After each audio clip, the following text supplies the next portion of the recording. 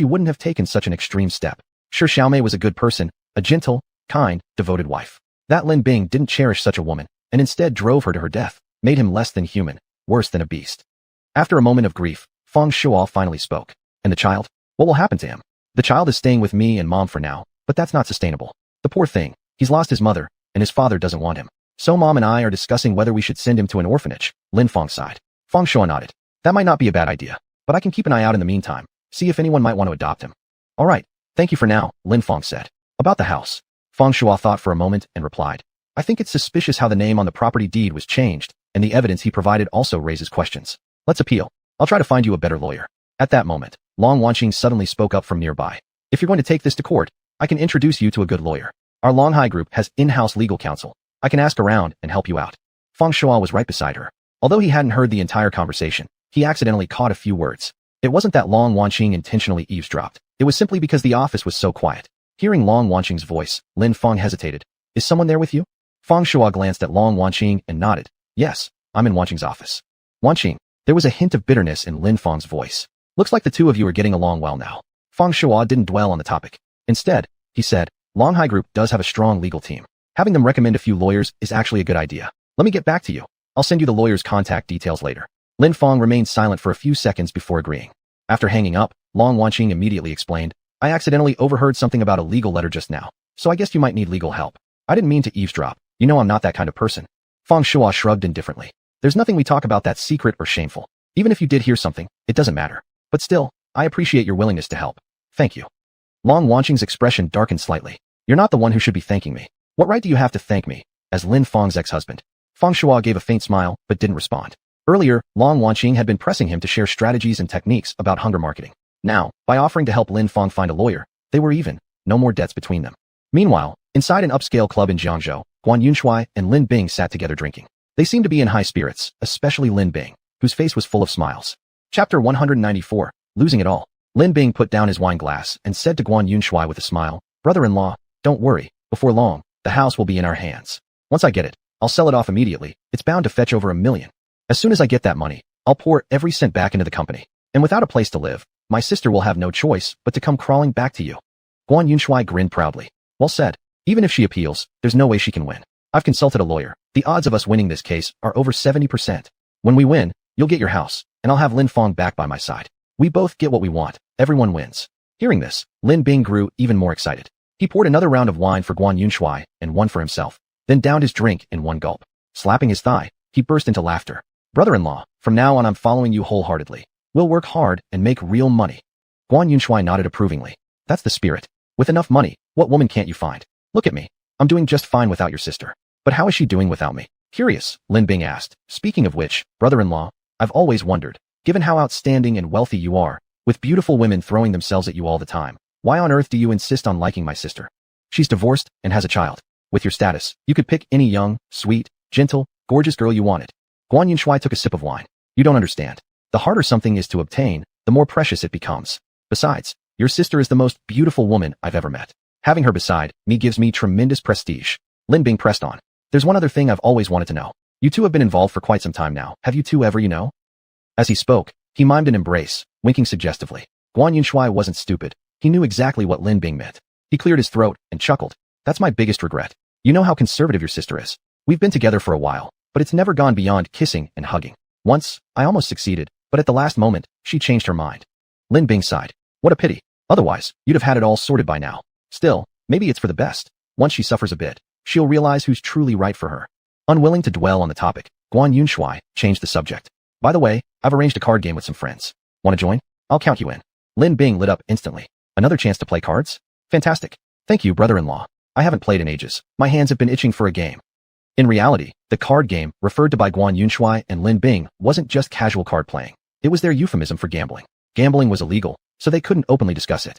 Instead, they used subtle references to avoid attracting attention. Lin Bing, already well-versed in drinking, womanizing, gambling, and fighting, was naturally thrilled at the prospect.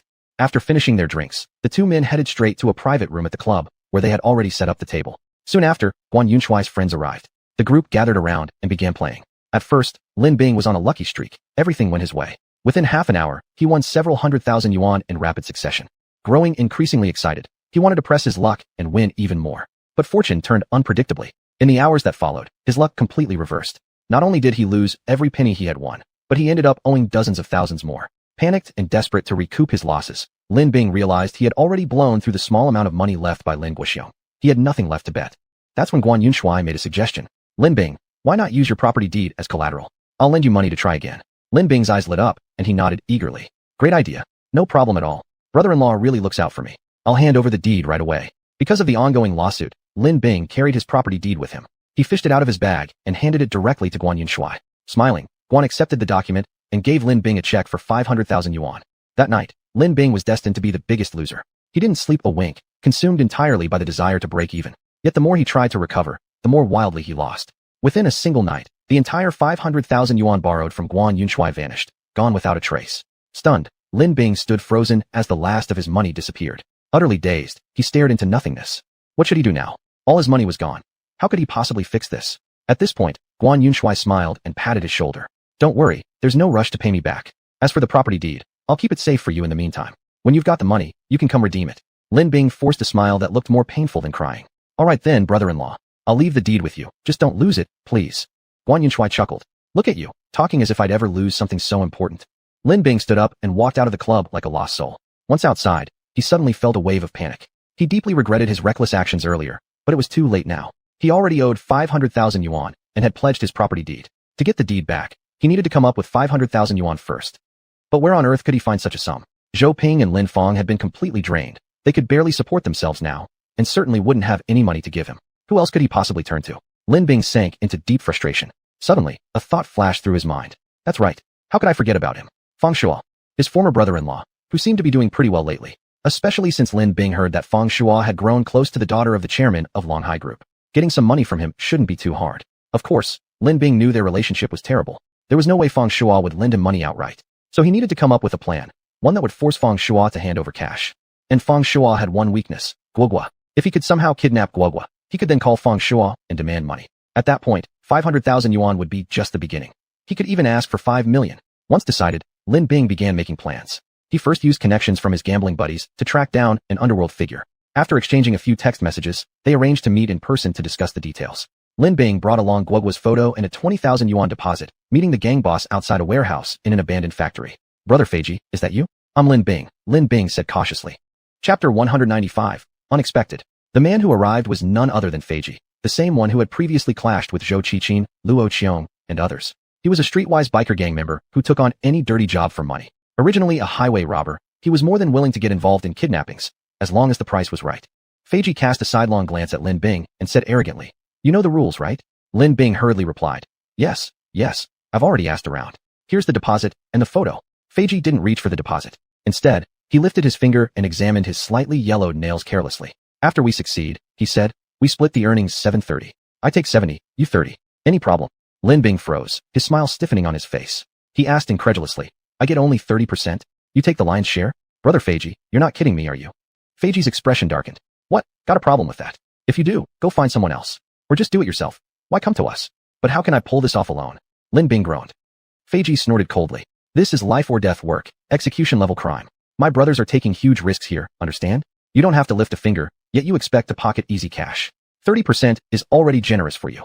Lin Bing thought for a moment, then clenched his teeth. Fine, 30% it is. Then I'll just ask for a bigger ransom. Anyway, this kid is rich. I'll squeeze him for every last cent. Only then did Feiji break into a smile. He reached out and finally took the deposit and photo from Lin Bing. After glancing at them briefly, he said, You need to give me all the necessary information, like the girl's daily routine, where she usually goes. Lin Bing looked uneasy. Brother Feiji, to be honest, aside from the photo, I can't provide much else. I'll leave it to you and your guys to investigate. All I can offer is some basic details. Her name, which school she attends. Feiji sneered slightly. TCH, don't know a thing and still dare to hire us? Fine, we'll handle the groundwork, but I'm adding an extra 10% for trouble. That makes it 80-20. We keep 80. You get 20. By now, Lin Bing had nothing left to lose. He gritted his teeth and nodded. All right, done. He then told Feiji Guogua's name, her school, and what grade she was in. Feiji had his men jot everything down before leaving with his crew. With just the school name and the grade, tracking down Guogua's routine wasn't difficult. Feiji stationed his men near the school gate, patiently observing and following her for several days until they mapped out her movements. Actually, figuring out her route was quite simple. A first grader didn't go anywhere except to and from school every day. Even if she did go somewhere else, it would always be with her parents. After 2 weeks of observation, Feiji and his men quickly grasped the pattern. According to their findings, Guoguo was taken to school by her father every morning. In the afternoon, she was picked up at a fixed time, though the person collecting her varied slightly. Most often, it was her father, but a few times, 2 other attractive women came instead. Feiji guessed these women were either nannies hired by the child's father or perhaps subordinates. Either way, likely familiar faces. With this knowledge secured, Feiji began planning the operation. He positioned his men along the route the child would take after school, while sending others to tail her once she exited the school grounds. Once she entered the ambush zone, they would strike, snatch her away. As soon as the abduction succeeded, Lin Bing could call to demand the ransom. After finalizing the plan, Feiji and his men sprang into action. They decided to make their move only when one of the 2 women came to pick her up. If her father showed up, they'd hold back and wait for another chance. This wasn't the first time Feiji and his crew had pulled off such a job. They were seasoned professionals. At the appointed hour, Feiji arrived with his men outside Guoguo's school, waiting for classes to end. His crew was already in position along her usual route, ready to act on his signal. When dismissal time came, students lined up and filed out through the school gates by class. Finally, Guoguo appeared. She walked in line to the school entrance. To Feiji's surprise, the person picking her up today was neither her father nor either of the 2 familiar women. Instead, it was another stunning woman, but completely unfamiliar. Feiji and his men had been staking out the place for 2 weeks and had never seen her before. After seeing the beautiful woman, Guoguo immediately ran over with a surprised look on her face and said, "Annie Xiao, why are you picking me up today?" "Today I got paid, so I made plans with your dad to treat you both to dinner. This time I've done my research. We're going to a restaurant with great value." Xiao Mei smiled as she gently patted Guoguo's little head. Last time, she had wanted to treat Feng Shuo to dinner, but the restaurant she picked turned out to be way too expensive, beyond what she could afford. In the end, Feng Shuo had ended up paying. That incident had been bothering her ever since, leaving her feeling uneasy. So recently, she put in serious effort researching alternatives and finally found a place with excellent reviews and fantastic value. To avoid a repeat of the previous embarrassment, she even went there herself ahead of time to sample the food. After confirming both the taste and price were just right, she proactively called Feng Shuo to make the dinner plan. Once Feng Shuo agreed, she suggested she pick up Guoguo after school, saving him the detour. He could go straight to the restaurant. "Let's go? The restaurant isn't far from here. We'll get there first and wait for your dad." Xiao Mei didn't own a car, only an electric scooter. But Guoguo wasn't picky at all. She didn't care much about transportation, whether it was a sedan or an e-scooter. As long as it got them there, it was fine. Xiao Mei lifted Guoguo onto the back seat and fastened a helmet on her, along with elbow and knee pads. Worried about accidents on the road, she had specially purchased a set of protective gear for children and always made sure Guoguo wore it. Once everything was secured, Xiao Mei put on her own helmet and climbed onto the e-scooter. "Hold on tight, Guoguo, we're off," Xiao Mei called out, then started the scooter and rode forward. One of Feiji's men, watching Xiao Mei and Guoguo drive away, whispered to Feiji, "Boss Feiji, what do we do? Should we make our move?" "Do it," Feiji snapped decisively. "As long as it's not the kid's father, anyone else is fair game. It's just one woman. What trouble could she possibly cause?" With that, Feiji and his men started their car and began closely tailing the scooter. But something unexpected happened, something Feiji hadn't anticipated. Instead of following the usual route home, Xiao Mei suddenly turned onto a different road. Chapter 196, Kidnapped. The car following behind suddenly froze. Why weren't they taking the original route? This sudden change caught everyone off guard. The driver quickly turned to Feiji and asked, "Brother Feiji, they've changed course unexpectedly. What do we do?"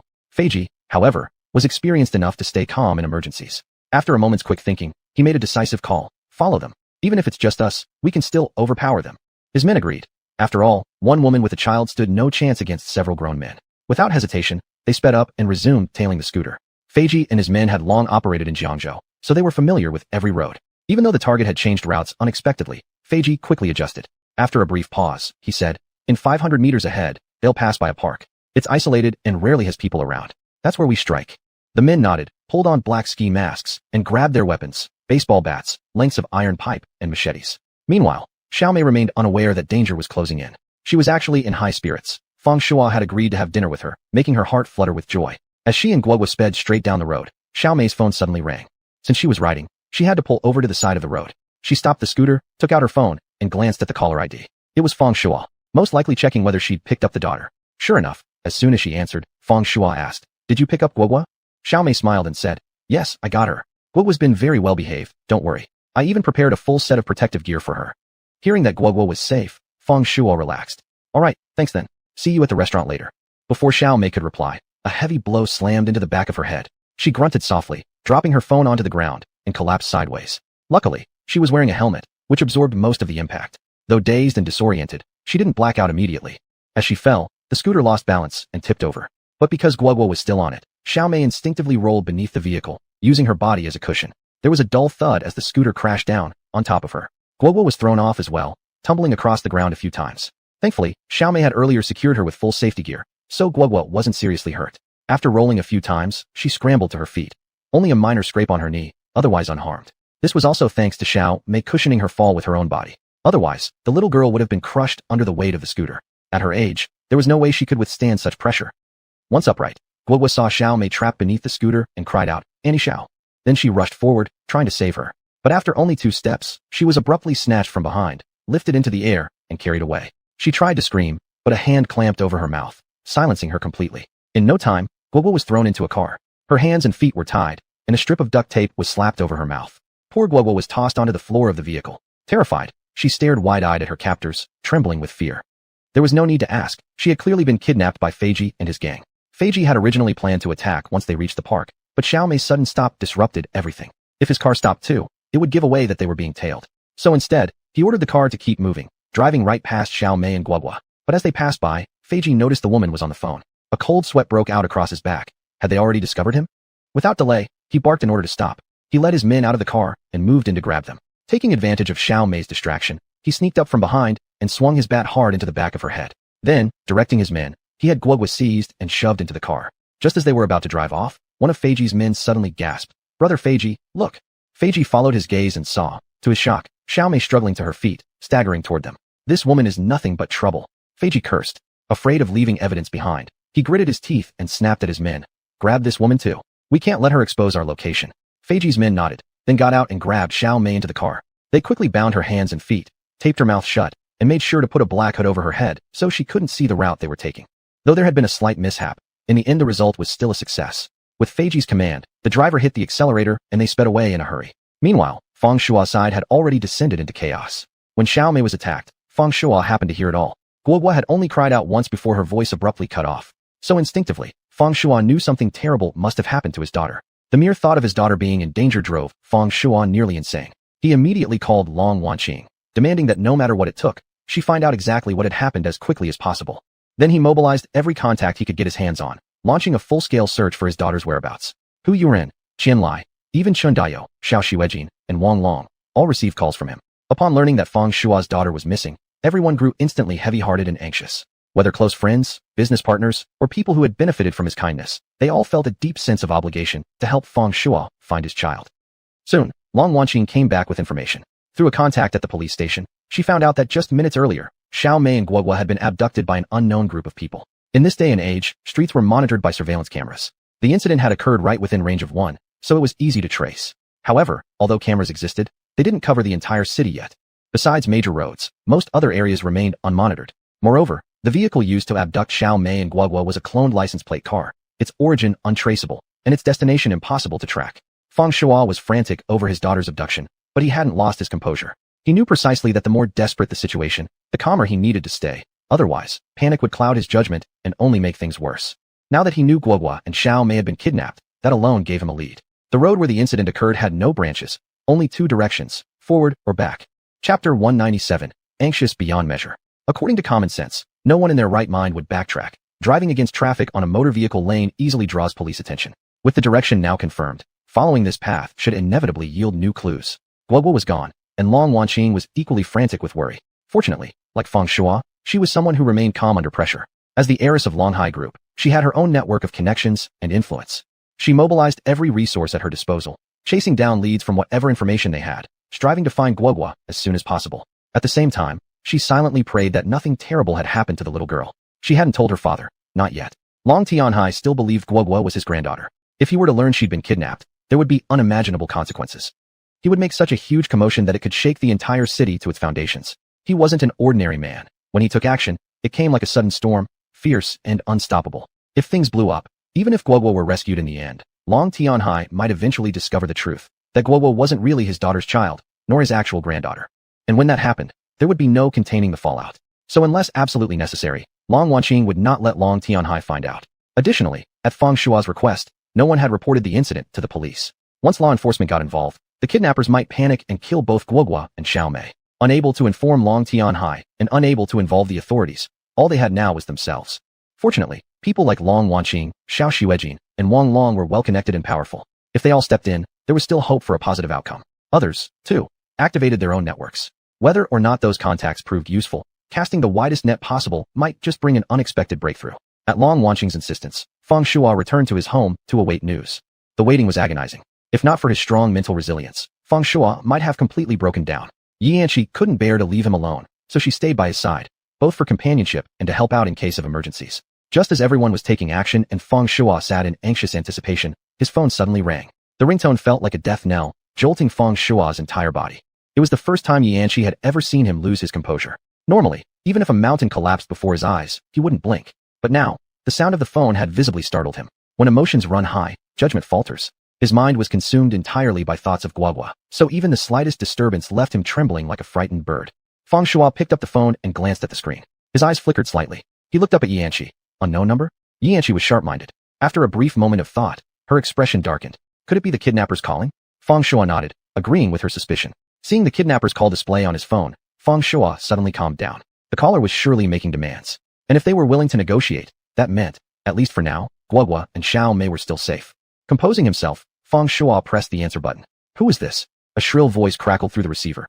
Heh, I think you know what's going on by now. Your daughter and your little lover are both in my hands. If you don't want them harmed, pay up and get them back. Feng Shuo replied calmly. How much do you want?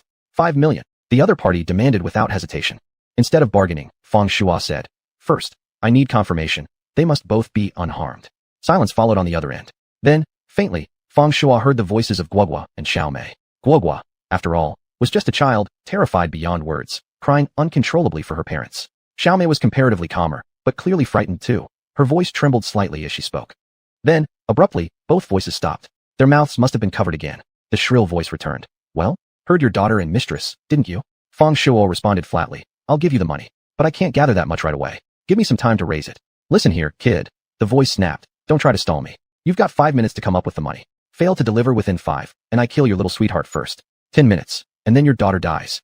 With that, the caller slammed down the phone. Feng Shuo narrowed his eyes slightly. During the call, he had carefully noted the timing. The conversation lasted less than 3 minutes before the line was cut. He knew the kidnapper had deliberately kept it under 3 minutes, because beyond that window, tracing the call's origin became possible. There was one more thing. The voice had sounded unnaturally shrill. It wasn't the caller's real voice at all, but distorted with a voice changer. Feng Shuo couldn't tell whether the person on the other end was male or female, young or old. An expert. This had to be someone experienced. Realizing this, Feng Shuo felt slightly more at ease. Such people usually only wanted money and wouldn't kill. If the hostages died, it would become a major criminal case, and the police would stop at nothing until they cracked it. They wouldn't risk harming lives. That would bring endless trouble upon themselves. Typically, they'd extort some money, release the hostages, then disappear with the cash. This kind of person could never be an amateur acting on impulse. If he wasn't mistaken, they must be someone from the underworld. There were plenty in the criminal world who specialized in such crimes, and Feng Shuo had heard about them before. Since those who had kidnapped his daughter appeared to be underworld figures, asking Wang Long might yield some results. As a top figure in Jiangzhou's underworld, Wang Long commanded countless subordinates. If he chose to investigate, information would surely surface.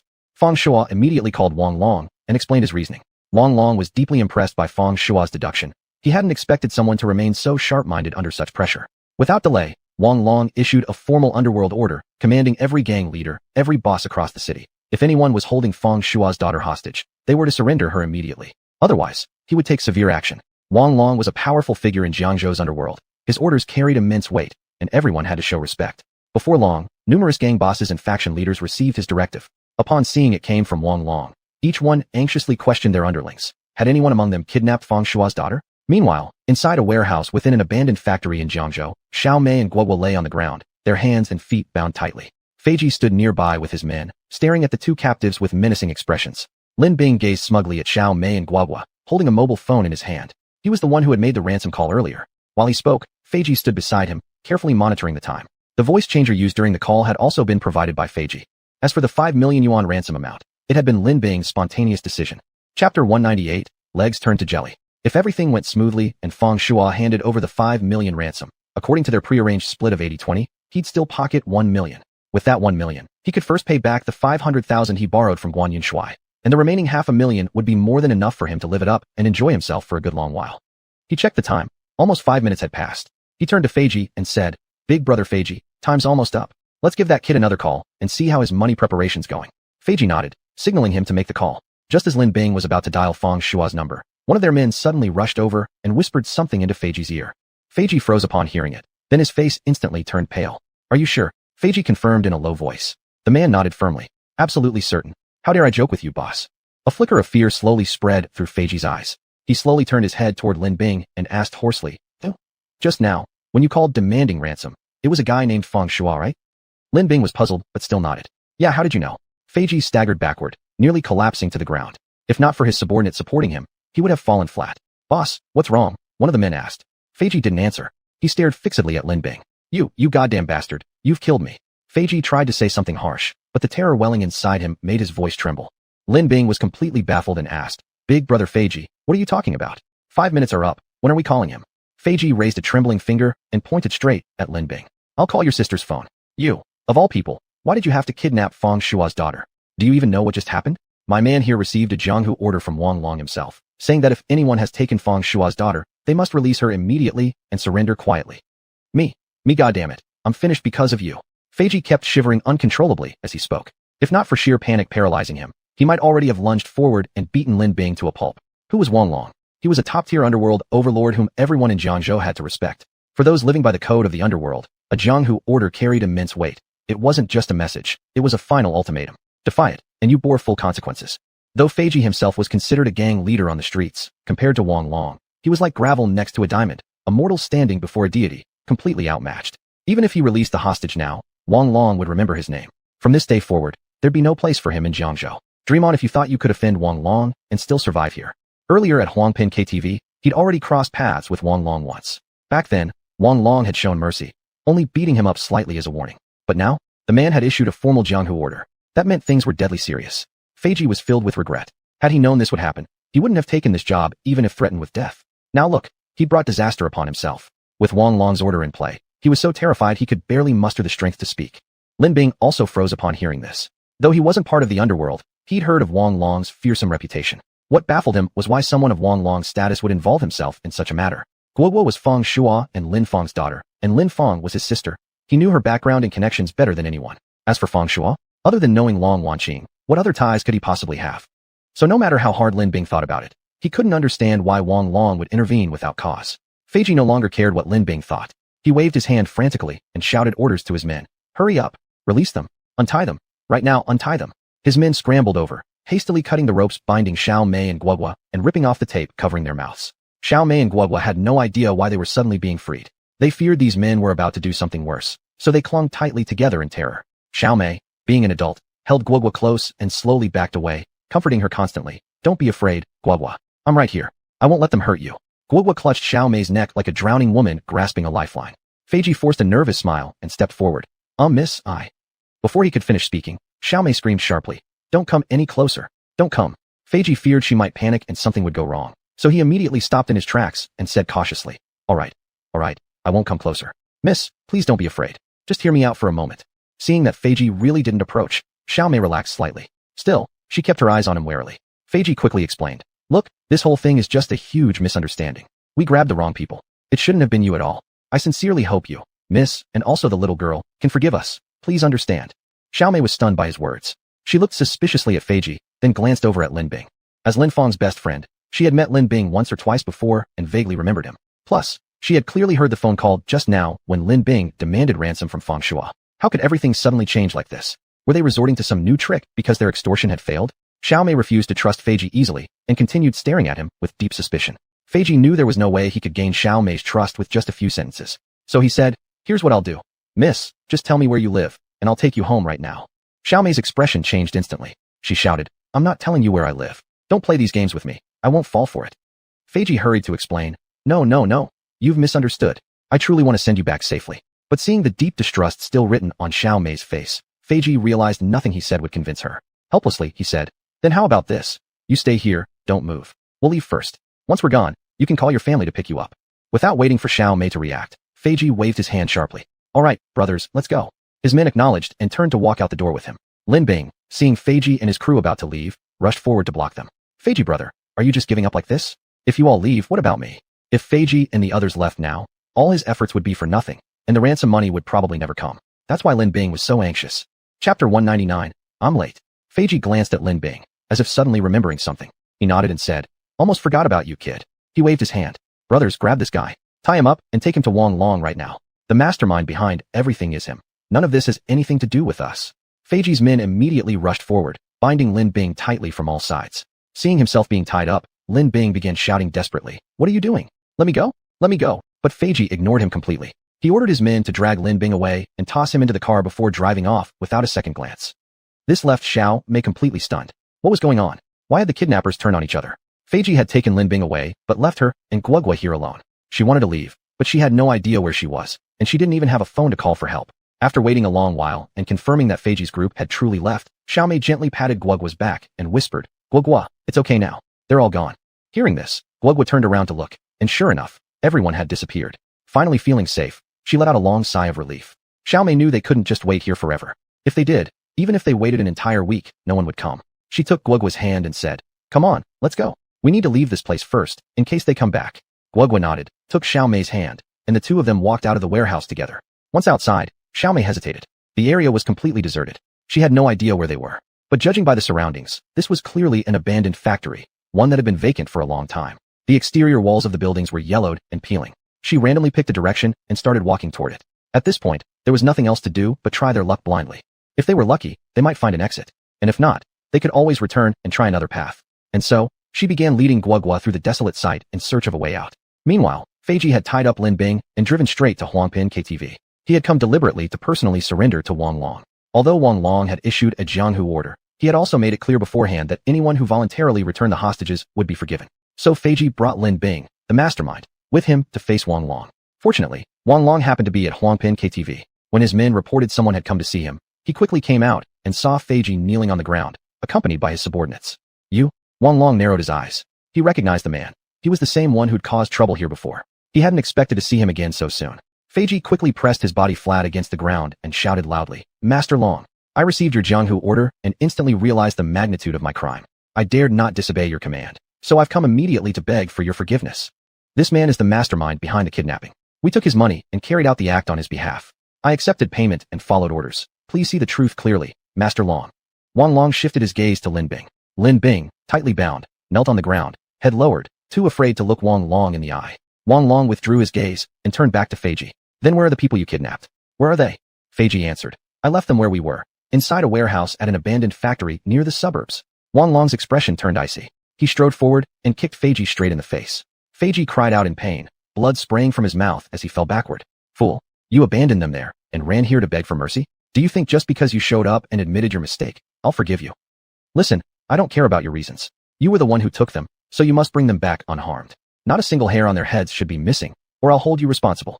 Feiji trembled all over, regret surging from deep within.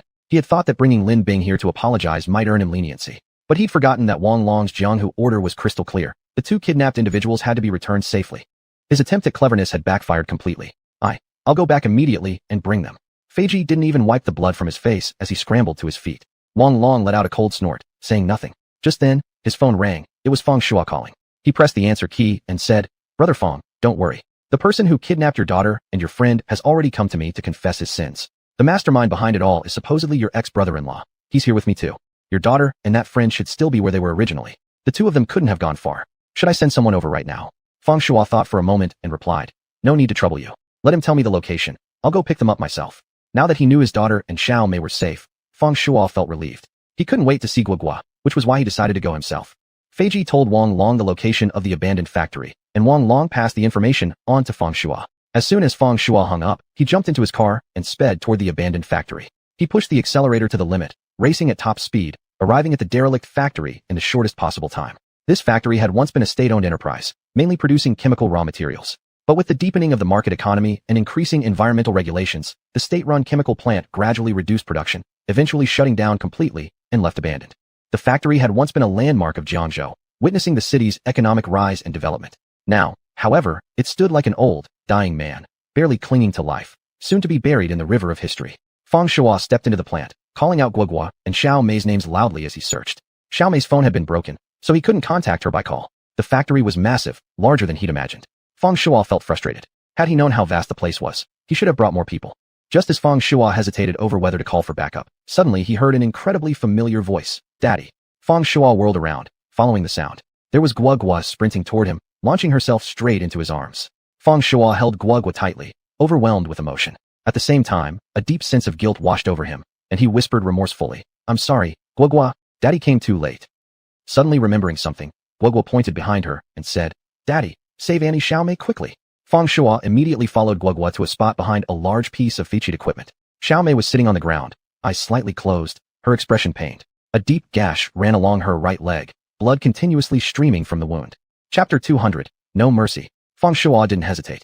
He immediately tore off the sleeves of his shirt and used them as makeshift bandages to wrap around Xiaomei's wound, helping her stop the bleeding. Xiaomei had lost quite a bit of blood. She weakly opened her eyes and glanced at Feng Shuo. When she saw him, she instantly smiled with relief and murmured faintly, Feng Shuo, you've finally come. Feng Shuo continued dressing the wound as he said, Don't talk. Save your strength. Just hold on. I'll get you to the hospital right away. Xiaomei shook her head. I'm fine. What about Guogua? Did you see her? Touched, Feng Shuo replied. Yes, it was Guogua who led me to you. By now, he'd finished bandaging her wound. Then, without another word, he swept her into his arms and strode swiftly out. Though weakened by blood loss, Xiaomei remained fully conscious. Held in Feng Shuo's arms, her heart began to race. Despite the danger she'd just endured, the kidnapping had ended well, and being carried like this by Feng Shuo wasn't exactly unpleasant. Feng Shuo carried her into the car, asking Guogua to keep an eye on her. Then he hit the accelerator and sped toward the hospital. They arrived quickly. Doctors and nurses wheeled Xiaomei straight into the emergency room. Feng Shuo and Guogua sat quietly on the benches outside, waiting patiently. Not long after, Xiaomei was pushed back out by a nurse. They rushed over and asked urgently, How is she? Is everything okay? The nurse reassured them. No need to worry, it's all superficial injuries. We've cleaned the wounds with saline solution, so there's no major issue. However, the cut was dangerously close to the femoral artery. If not for timely first aid before arrival, things could have turned very serious. Hearing this, Feng Shuo breathed a deep sigh of relief. Because the injury was caused by old machinery at the factory, the doctor suspected possible infection and insisted Xiaomei stay overnight for observation. Feng Shuo initially wanted to stay the night, but Xiaomei firmly insisted he go home. After persistent urging from her, Feng Shuo reluctantly left with Guogua. Back home, Feng Shuo first comforted Guogua until she fell asleep. After everything that happened, he worried she might have trouble sleeping, so he stayed beside her, watching her drift off peacefully. It took a while, but once he was sure Guogua was sound asleep, Feng Shuo quietly slipped out of the room. As soon as he entered the living room, his phone rang. The caller ID showed Wang Long. Brother Feng, did you find them? Wang Long asked. Thanks for your concern, I found them. I brought my daughter home, and she just fell asleep, Feng Shuo said gratefully. If it weren't for your help, I definitely wouldn't have located her so quickly. Wang Long chuckled. Don't mention it. We're friends. It was nothing much. Wang Ge, I won't forget this favor. If there's ever anything I can do for you, just say the word. I'll do whatever it takes. Feng Shuo rarely owed anyone favors, but this time, Wang Long had played a crucial role in rescuing both his daughter and Xiaomei. He offered the promise freely and sincerely. Wang Long didn't decline, laughing instead. You're too kind, Brother Feng. After a brief pause, he asked, Right now, the people who kidnapped your daughter, along with the mastermind behind it all, are locked up in my place. Do you want me to hand them over to the police, or would you prefer to handle this yourself? Feng Shuo didn't answer immediately. He paused to consider. If handed over to the police, given that he hadn't reported the incident beforehand and no serious consequences had occurred, even if the case were accepted, it would likely be dropped eventually for various reasons. Besides, guys like Feiji, the biker gang types, were no strangers to being arrested. They'd probably been in and out of custody, so often they knew the police station better than their own homes. People like that, even if caught, wouldn't face any real punishment. At most, they'd be detained for a few days before being released. As for Lin Bing, convicting him would be nearly impossible. He could easily claim it was all a joke. After all, Guogua was his niece. What harm could there be in teasing her a little? Moreover, the abduction hadn't resulted in any serious harm. Neither Guogua nor Xiaomei had suffered abuse. Xiaomei's leg injury was merely from accidentally cutting herself against equipment while escaping. Therefore, criminal charges against Lin Bing would lack sufficient evidence. At worst, he might receive a verbal reprimand or perhaps a suspended sentence of 1 or 2 years, essentially meaningless for someone like Lin Bing. Thus, Feng Shuo couldn't afford to hand them over to the authorities. That would be far too lenient. As for Feiji, Feng Shuo didn't harbor much personal hatred. He was just following orders and after money, not aiming to take lives. But Lin Bing was different. Feng Shuo had no intention of letting him off easily. Xiaomei was such a kind and virtuous woman, yet Lin Bing had driven her to her death. While Lin Guoxiong's body was still unburied, Lin Bing caused an uproar at the memorial service, seized the inheritance left by Lin Guoxiong, and even fought with Lin Feng and Zhou Ping over the house. The most unforgivable act, however, was that he actually targeted Guogua. No matter what else Lin Bing did, Feng Shuo could have forgiven him. But harming Guogua? That was something Feng Shuo would never, ever forgive. So Feng Shuo said, Don't hand them over to the police just yet. Keep them locked up for now. Later, hand them over to me. I'll deal with them personally. Wang Long acknowledged with a grunt and then hung up. That night, Guogua had a nightmare. In the early hours of the morning, she suddenly woke up screaming and crying uncontrollably. Feng Shuo hadn't slept deeply. He was waiting for something like this. He rushed into Guogua's room the moment he heard her. Holding his daughter by the shoulders, he sang softly to her while gently patting her back. Perhaps it was the comfort of having her father beside her, but Guo soon calmed down and fell asleep again. Looking at his daughter's peaceful sleeping face, Feng Shua's hatred toward Lin Bing deepened even further. The next day, Feng Shua specifically took a leave from school. After what had happened, there was no way Guo could focus on classes. So he took the day off to let her rest at home. He had planned to stay home and accompany his daughter, but unexpectedly, Long Wanqing arrived at the house. "Where's Guo? Is she okay?" Long Wanqing glanced toward Guo's room. "She had a nightmare last night and is still asleep. I've taken the day off to stay with her so she can recover," Feng Shua replied. "You go do what you need to. I'll stay and keep Guo company," Long Wanqing said. Feng Shua hesitated. "You?" Long Wanqing smiled faintly. "I know you've got plenty on your plate right now. Don't worry, leave the child to me. A man like you doesn't really understand a girl's heart. I can talk to her, connect with her. I'll help her move past the trauma faster." Feng Shua thought for a moment, then nodded. "You're right. I appreciate your help. I'll be back soon. Just watch over Guo for a bit."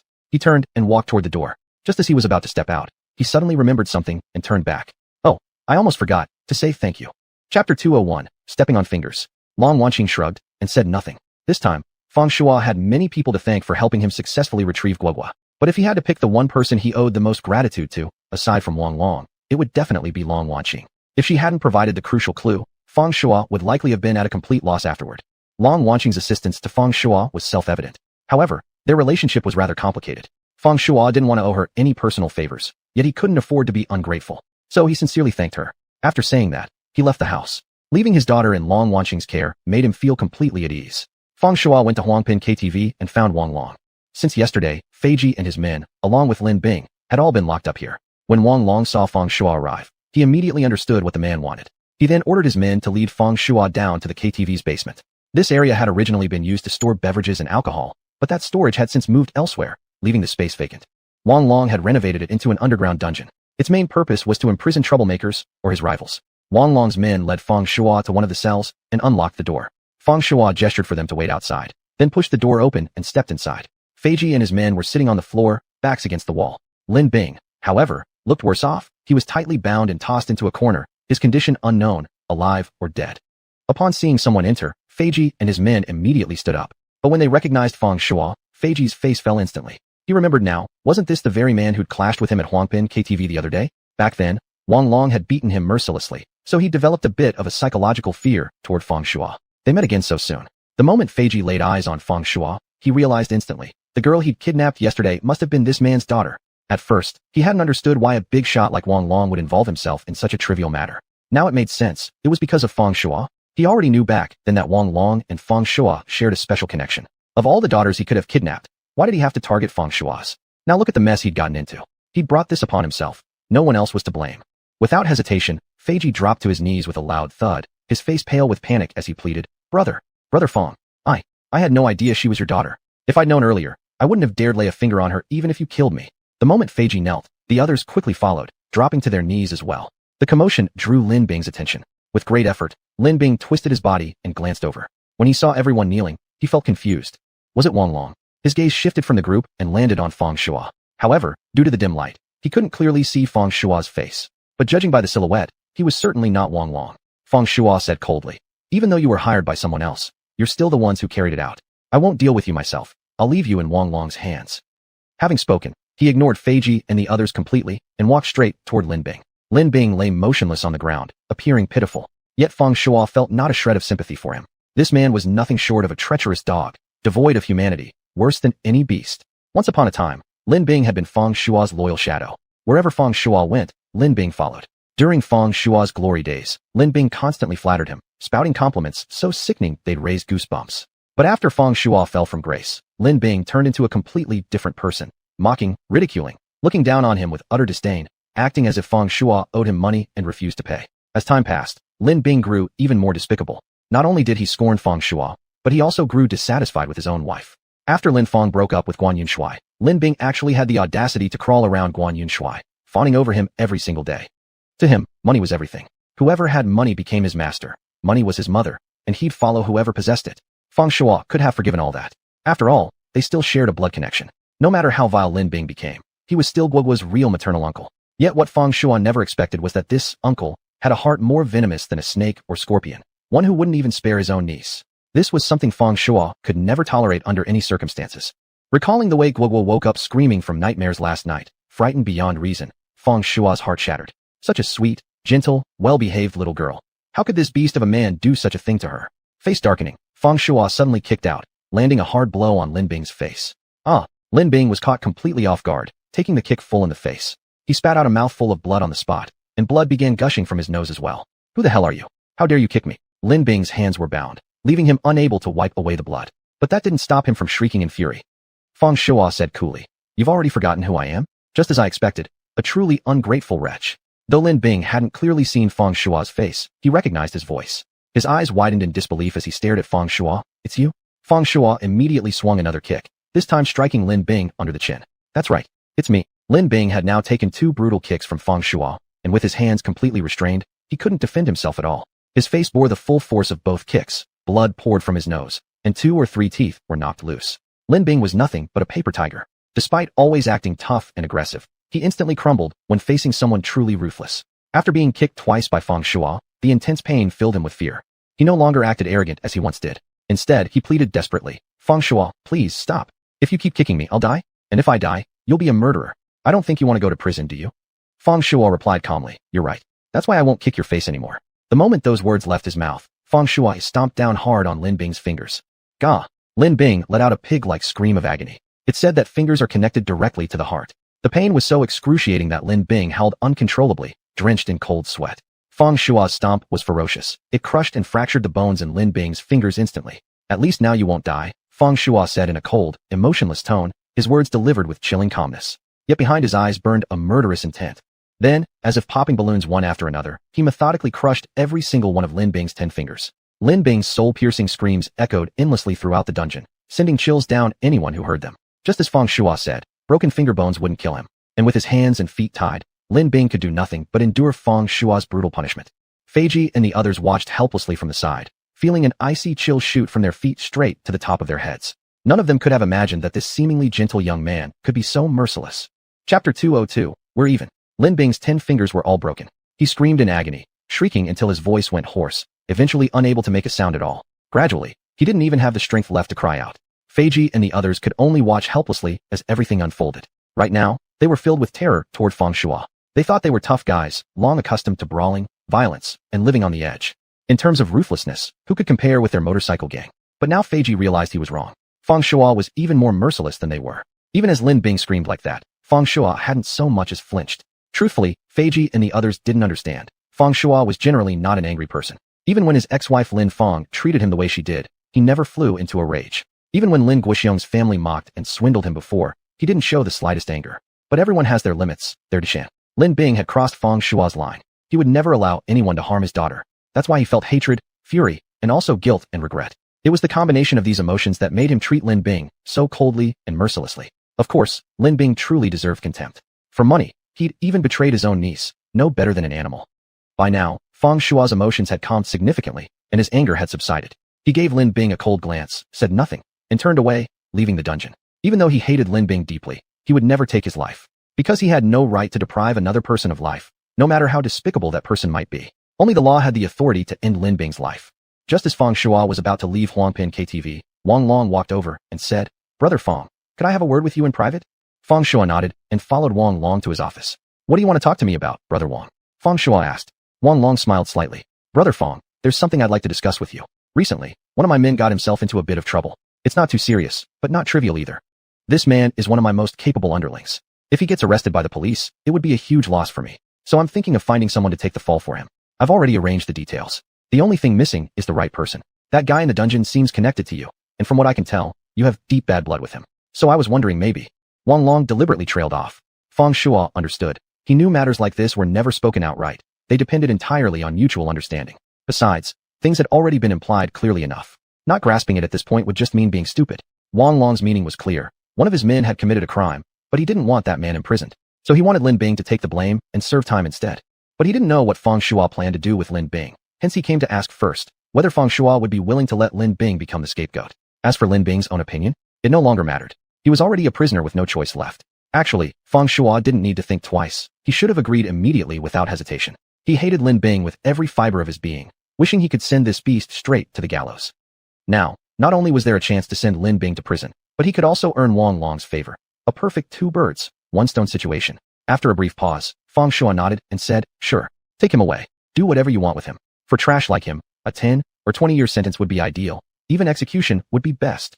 Lin Bing truly was scum. He drove his own wife to suicide, seized his father's inheritance, tried to drive his mother and elder sister out of their home, and didn't even spare his own niece. A man like that deserved death 100 times over.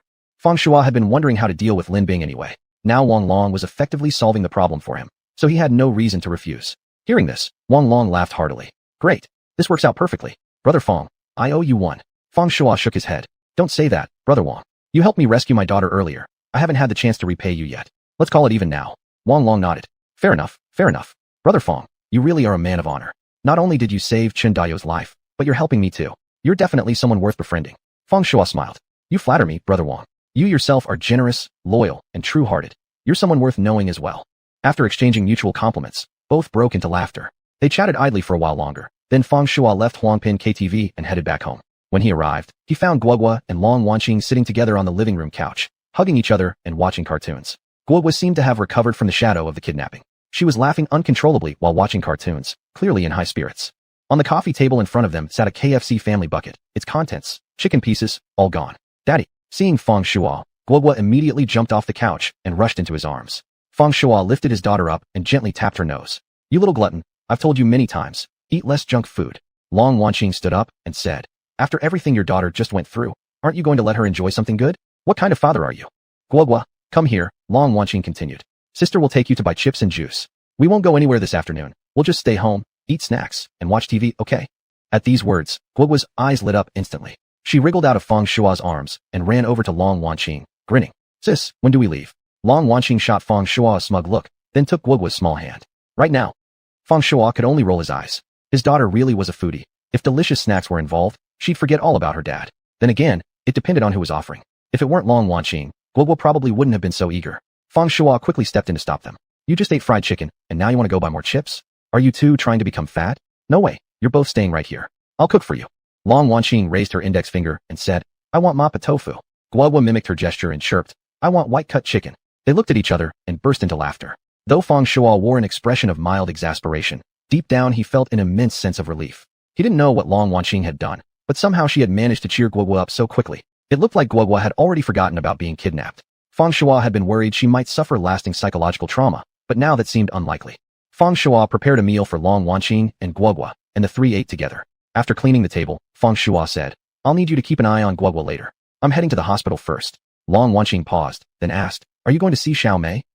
Chapter 203. Something to say? Fang Shua didn't deny it. He nodded and admitted, She was dragged into this for no reason, and I feel a bit guilty about it. Besides, she got hurt while protecting Guogua, morally and emotionally. I should at least go thank her. Long Wanqing pouted slightly. Saying thanks is only right, but I'm afraid she might demand repayment later. And then you might end up paying a heavy price. Fang Shua smiled. That won't happen. I may not fully understand Xiao Mei, but from what I've seen so far, she doesn't seem like that kind of person. He finished clearing away the bowls and chopsticks, washed them thoroughly, and put them back in place. Then he prepared to leave home and head to the hospital to visit Xiao Mei. Just as he was about to walk out the door, Long Wanqing suddenly said, I'm coming too. Fang Shua frowned. What about Guogua if you leave? Guogua's coming with us. Long Wanqing replied. After all, Xiao Mei protected Guogua. It's only right for her to go and thank her in person, don't you think? Fang Shua thought for a moment and agreed. All right then, we'll all go together. He turned to Guogua. When you see Annie Xiao later, remember to express your gratitude properly. Originally, when you were taken away, Annie Xiao could have stayed out of it completely, but she chased after them anyway, and ended up getting dragged in and injured. She has done you a great favor. We repay kindness with kindness, you understand that, right? Guogua nodded firmly. I know. Seeing how sensible his daughter was, Fang Shua gave a reassuring smile and gently ruffled her hair. The three of them then drove to the hospital and walked into Xiao Mei's Fang. In truth, Xiao Mei wasn't seriously injured, just a cut on her leg that had bled a little. After a night's rest, the wound was nearly healed. When she saw Fang Shua enter the hospital room, Xiao Mei couldn't help but break into a smile. Fang Shua, why did you come to visit me? I came to check on your recovery, Fang Shua said, and also to see if there's anything you need help with. Xiao Mei smiled. It means a lot that you came. You don't need to do anything else for me. But just as she finished speaking, two figures stepped out from behind Fang Shua. Long Wanqing and Guogua. Xiao Mei's smile froze on her face. You're here too? Long Wanqing gave a faint smile, then abruptly pulled Fang Shua behind her. She took Guogua's hand and led her over to the chair beside Xiao Mei's bed, sitting down. I brought Guogua to see you. After all, you got injured because you saved her. So morally speaking, I should personally express my gratitude. Thank you for saving Guogua. A muscle in Xiao Mei's face twitched. You're not even related to Guogua. Why are you thanking me? A smile spread across Long Wanqing's face. But though she was smiling, Xiao Mei felt chills run down her spine, finding the expression unnerving and sinister. What do you think? Long Wanqing asked with a smile. Xiaomei was speechless. Long Wanqing turned to Feng Shuo. Go to the doctor's office and ask when Miss Xiao can be discharged. Oh, and take Guoguo with you. I have something I want to say to Miss Xiao alone. Feng Shuo glanced between Xiaomei and Long Wanqing, then nodded. Taking Guoguo by the hand, he left the room. Now, only Long Wanqing and Xiaomei remained. Xiaomei felt unsettled. In front of Long Wanqing, she couldn't muster even a shred of confidence. She fidgeted nervously, avoiding eye contact, her hands unsure where to rest. After a long silence, Long Wanqing finally spoke slowly. You like him? Xiaomei jerked her head up, looked briefly at Long Wanqing, then quickly lowered her gaze again. But in this world, liking someone doesn't mean you'll end up together, Long Wanqing said calmly. Besides, do you really think he likes you? The light in Xiaomei's eyes dimmed. She shook her head silently, saying nothing. Long Wanqing continued. Originally, I thought you liked him for some ulterior motive. After all, a single woman like you wouldn't just fall for a divorced man with a child for no reason. But what happened recently made me see you in a new light. If you hadn't truly cared for him, you wouldn't have risked your life to protect Guoguo and gotten yourself kidnapped in the process. Xiaomei kept her head down, still silent. Long Wanqing's expression grew colder, her gaze sharper and more piercing. He is the man I have chosen. I won't allow anyone who threatens me to exist by his side. I used to ignore you, because I didn't think you posed any threat. But now things are different. I must treat you as an opponent, a formidable rival. No one will take him away from me. Her voice was icy cold, so chilling that it seemed to lower the temperature of the entire room by several degrees. Xiaomei couldn't help but shiver, a chill running from her heart straight up to the top of her head. A bitter smile appeared on her face as she lifted her head and looked at Long Wanqing directly for the first time. Miss Long, I think you might have misunderstood something. I've never intended to gain anything from him, nor do I believe I have the ability to compete with you. To consider me your rival, I think you're overestimating me. You're treating me as an opponent, but I'm not qualified to compete with you. What do I have? A lonely, pitiful woman, without money or background, who's never even been in a relationship before. What could I possibly use to compete with you? You don't need to worry about anything. I know my place perfectly well. You're right, I do like him, but I've never thought about being with him, not once. A flicker of surprise flashed across Long Wanqing's eyes. You don't want to be with him, yet you say you like him? Isn't that a contradiction? Xiaomei shook her head. It's not contradictory at all. Miss Long, someone of your status probably can't understand how I feel. For me, just being able to stay by his side is enough. I don't care about titles or recognition. I'd be willing to be his lover. Long Wanqing's face instantly changed color. She abruptly stood up, staring fiercely at Xiaomei. But after a brief moment, her gaze gradually softened, and the tension in her expression began to ease. She slowly sat back down on the chair, wearing a half smile. You actually say this kind of thing right in front of me. Xiaomei gave a helpless smile. I wouldn't dare lie to you. You'd see through it immediately. Miss Long, I know that in the end, you and Feng Shuo are destined to be together. You're perfectly matched, both talented and beautiful. That's only right. I once dreamed of marrying him too. But later, I realized I was never your match. The idea of marrying him was nothing more than wishful thinking on my part.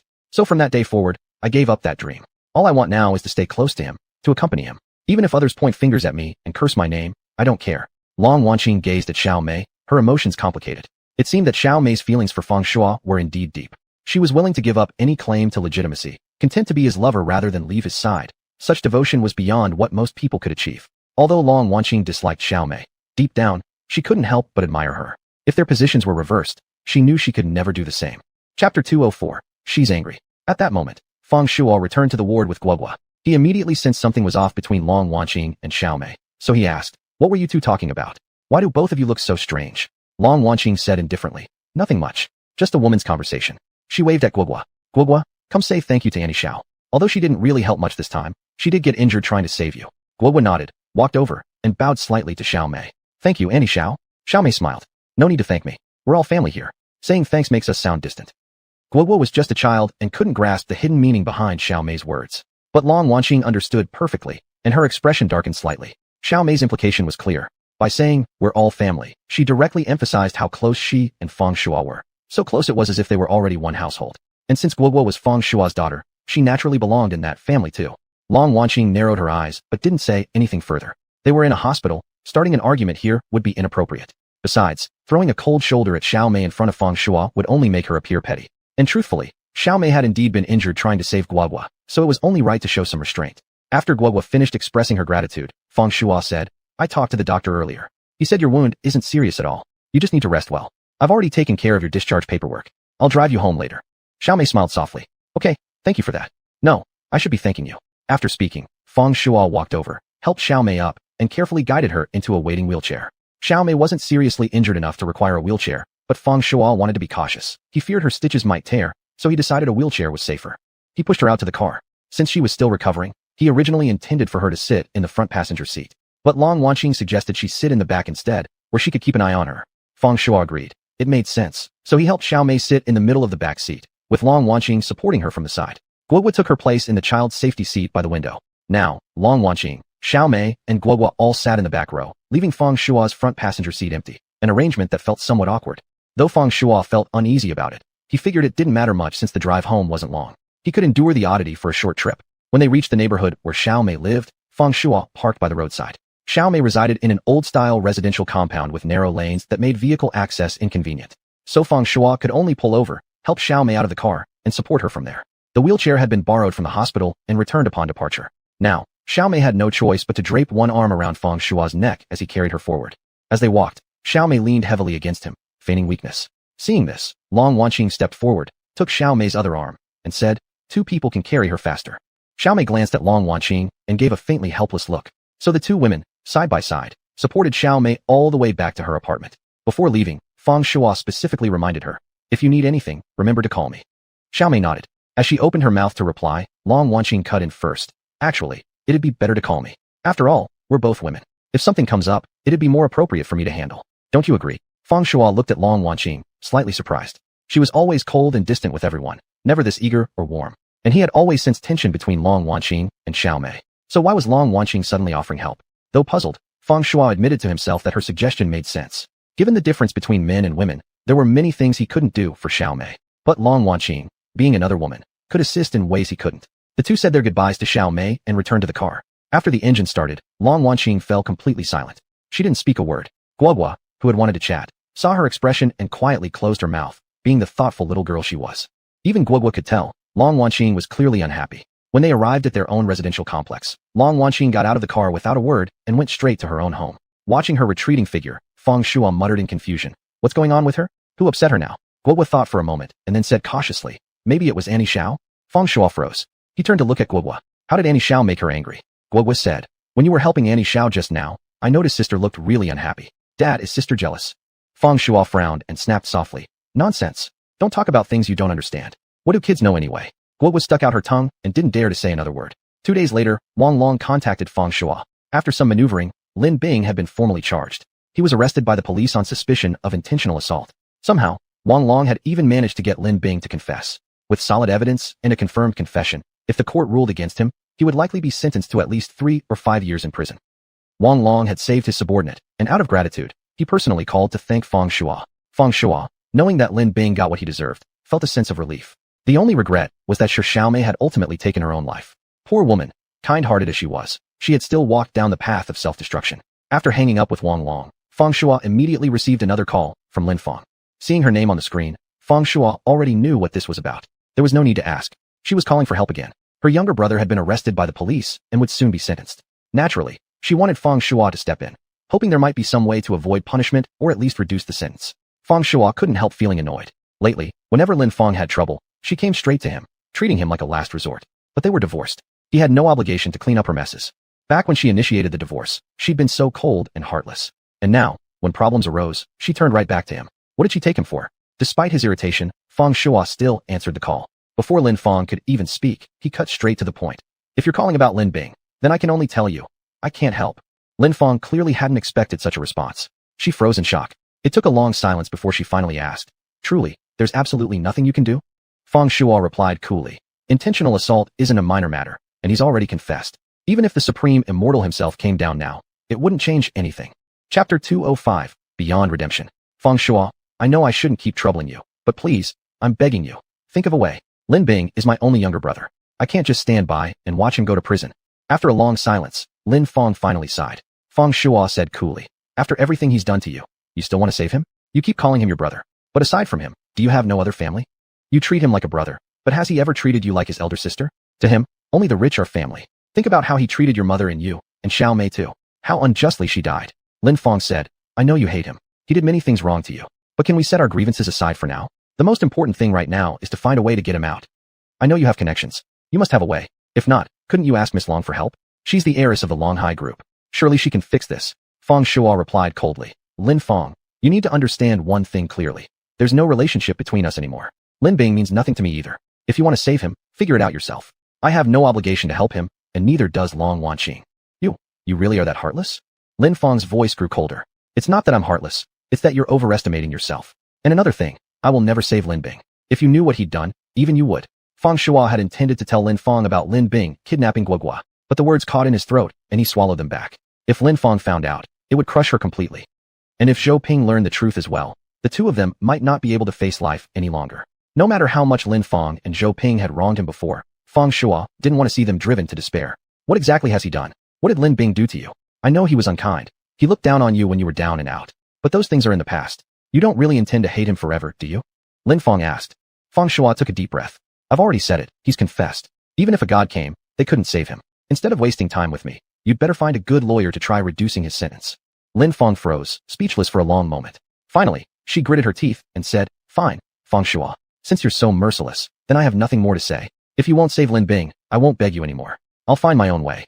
With that, Lin Fang hung up the phone. Though her words sounded strong, inside she felt utterly lost. She was just an ordinary housewife. No connections, no money. How could she possibly save Lin Bing? Just then, Zhou Ping walked over and asked quietly, Daughter, did Fang Shuo agree to help Lin Bing? Lin Fang looked at her mother and shook her head. He said there's no saving him. My brother has already confessed. There's no turning back. A look of disappointment flickered across Zhou Ping's face, quickly replaced by bitter resentment. She muttered through clenched teeth, see? I knew Fang Shuo wouldn't lift a finger. He's petty, still holding a grudge because you divorced him, so he hates all of us. Lin Fang frowned slightly. Mom, you can't say that. At Dad's memorial, if Fang Shuo hadn't stopped him, Lin Bing would have taken Dad's coffin away. Zhou Ping snorted, saying nothing aloud, but inwardly furious. True, without Fang Shuo at the memorial, the ungrateful son Lin Bing would have carried Lin Guoxiong's coffin off to dump in the sea. But that was in the past. Any trace of gratitude Zhou Ping once felt toward Fang Shuo had vanished completely. Now, all she cared about was saving her son, and Fang Shuo had been her last hope. Having been rejected, she now harbored hatred toward him. With ungrateful people, no matter how kindly you treat them, the moment their interests suffer, they turn against you. That's what you call an ungrateful wretch. Zhou Ping not only resented Fang Shuo, but now blamed Lin Fang too. Her mind was solely fixed on rescuing her son. All memory of Lin Bing's cruel and heartless actions had completely faded. Lin Fang, I don't care anymore. Right now, you must do whatever it takes to save your brother. If Fang Shuo refuses, why don't you go beg Guan Yunshui? Zhou Ping suggested. Lin Fang's expression changed instantly. She stared at her mother in disbelief. Mom, how could you even think such a thing? Whether or not Guan Yunshui has the power, even if he could help, I would never beg him. You know exactly what he did back then. I will never forgive him. But Zhou Ping said indifferently. You're just too petty. Men make mistakes. That's normal. Guan Yunshui is young, handsome, and rich. Of course there are women throwing themselves at him. If he made a little mistake, it's not worth holding on to forever. If you hadn't broken up with Guan Yunshui back then, you'd already be the boss's wife by now. Saving your brother would be nothing more than a snap of the fingers. Lin Fang could only laugh bitterly. Mom, do you really think money can solve everything? My brother is charged with intentional assault. Don't you understand? This is a criminal case. No amount of money can fix this. Zhou Ping refused to believe her. In her mind, there was nothing in the world that couldn't be solved with money. The reason her family had fallen into such misery was simply because they lacked funds. Knowing her mother wouldn't be easily convinced, Lin Fang didn't bother arguing further. It seemed there was no way to save Lin Bing now. Her only hope was to find a good lawyer. But she had no connections in that field. Where on earth could she possibly find a competent attorney? Could she really do as Zhou Ping suggested? Go ask Guan Yunshui for help? No, absolutely impossible. Lin Fang had her principles. Guan Yunshui had betrayed her once. She would never forgive him. Just as the two women were lost in their own troubled thoughts, the doorbell rang. Lin Fang went to answer it, and found Guan Yunshui standing outside, smiling broadly. Her expression instantly darkened. What are you doing here? Guan Yunshui smiled. Fang, I came to talk to you and your mom about something important. It's something crucial for you all. Can I come in and explain? Lin Fang frowned. Don't think you can use this excuse to get inside. I'll never let you step into my house again. But Guan Yunshui ignored her completely, already stepping 1 foot over the threshold. Seeing this, Lin Fang quickly tried to shut the door to block him. Yet Guan Yunshui was faster. He reached out and braced the door open with his hand. No matter how hard Lin Fang pushed, she couldn't close it. Let go. Get your hands off the door. Lin Fang finally snapped, furious. Fang, please just let me in. What I have to say truly matters to you, Guan Yunshui said. Chapter 206, Inner Struggle. Lin Fang wouldn't listen. She continued blocking the door, refusing to let Guan Yunshui enter. As the two argued, Zhou Ping heard the commotion and came over. Seeing what was happening, she immediately said, Lin Fang, what are you doing? Hearing Zhou Ping's voice, Guan Yunshui quickly called out, Auntie, it's me. I have something important to discuss, but Fang won't let me in. Upon recognizing Guan Yunshui's voice, Zhou Ping's face instantly lit up with delight. She walked over and pulled Lin Fang aside. What's wrong with you? Didn't you hear Xiao Guan say he has something important? Then she opened the door and warmly invited Guan Yunshui inside. Xiao Guan, come in, take a seat on the sofa. Guan Yunshui finally stepped into Lin Fang's home and sat directly down on the sofa.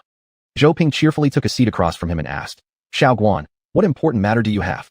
Without beating around the bush, Guan Yunshui pulled out the property certificate that Lin Bing had mortgaged to him and placed it on the coffee table. Auntie, Fong Fong. This is the property deed Lin Bing mortgaged to me. Both Zhou Ping and Lin Fong were stunned upon hearing this. They exchanged glances and simultaneously exclaimed, mortgaged? Guan Yunshui nodded. A while back, he got heavily into gambling debts, so he borrowed 500,000 from me and gave me the property deed as collateral. Since I heard Lin Bing was in trouble, I brought the deed here personally. After a brief pause, Zhou Ping broke into a smile. Xiao Guan, it's truly thoughtful of you to go out of your way to return the deed. That was very considerate of you. As she spoke, she smiled and reached out to grab the deed. But Guan Yunshui snatched it back first. Zhou Ping's smile froze on her face. What do you mean by this? Guan Yunshui gave a slight smile. Auntie, even though we're close, business is business. Some things must be made clear. This deed was mortgaged to me by Lin Bing, and I lent him 500,000. Now that he's in trouble, there's no way he can repay me. So I came specifically to ask, can you repay the 500,000? If yes, then you can have the deed. His tone suddenly turned cold. If not, then I'm sorry, the house will be mine. Zhou Ping and Lin Fong panicked immediately. They never expected Lin Bing had actually mortgaged the house to Guan Yunshui, making the situation far more complicated.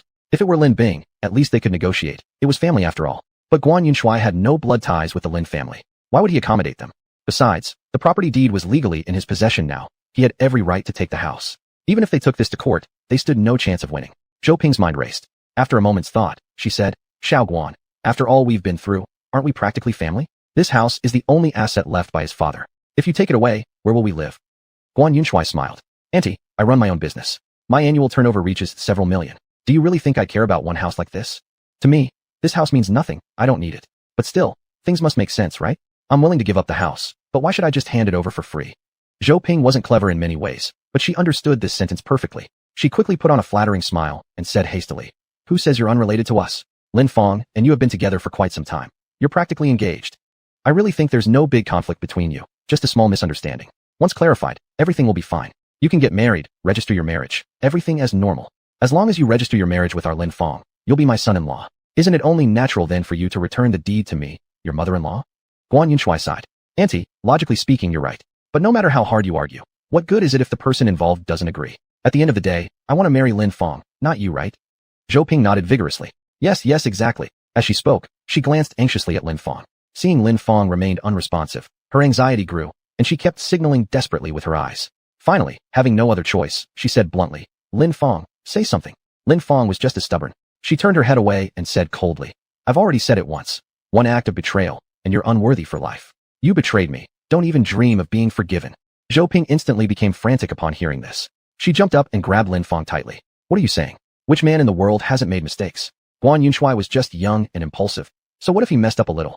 He's already admitted his fault and apologized, yet you keep pushing him away? Don't be so ungrateful. Enough is enough. Lin Fong snapped back angrily. Mom, are you even my real mother? He cheated on me, and you're asking me to forgive him? If he betrayed me once, he can do it again and again. Zhou Ping's expression turned stern as she shouted. Then what exactly do you want? Are you really going to stand by and let them take our house, leaving us homeless on the streets? You keep blaming Guan Yunshui for cheating, but what about yourself? You're no innocent maiden. Your bloom has long faded, yet you still act all high and mighty. If you truly had such principles, why did you divorce that Fong man back then? Lin Fong's face flushed red. She opened her mouth to speak, but found herself unable to utter a single word. At the time of the divorce, she had willingly agreed to it because Fong Shua was down on his luck. She wanted a better life, which was why she decided to marry Guan Yunshui. But who could have predicted that after the divorce, Fong Shua would rise again and achieve success? By now, Lin Fong had already begun regretting her decision deep inside. Back then, she had left only because she feared hardship. Had she known that Fong Shua would make a comeback, would she have ever chosen divorce? Yet, what good was regret now? The deed was done, the die cast. No amount of remorse could change the past. And just at this moment, she caught Guan Yunshui fooling around with his little secretary. Fueled by fury and regret, Lin Fong had resolutely chosen to break up with him. Moreover, she had no intention of forgiving Guan Yunshui. After all, if it hadn't been for him, perhaps she wouldn't have divorced. Guan Yunshui himself was partly responsible for her divorce. With all these reasons compounding, there was no way Lin Fong could ever forgive Guan Yunshui, let alone return to his arms. Seeing Lin Fong speechless, Zhou Ping glared coldly and said, I know you regret divorcing now, but what's the point of regret? Even if you wanted to remarry that Fong man, he'd never take you back. The wise adapt to circumstances. You need to face reality clearly. Don't end up with nothing in the end. The path ahead lies right before you. How you walk it is your own choice. Lin Fong remained silent, her mind caught in a fierce inner struggle.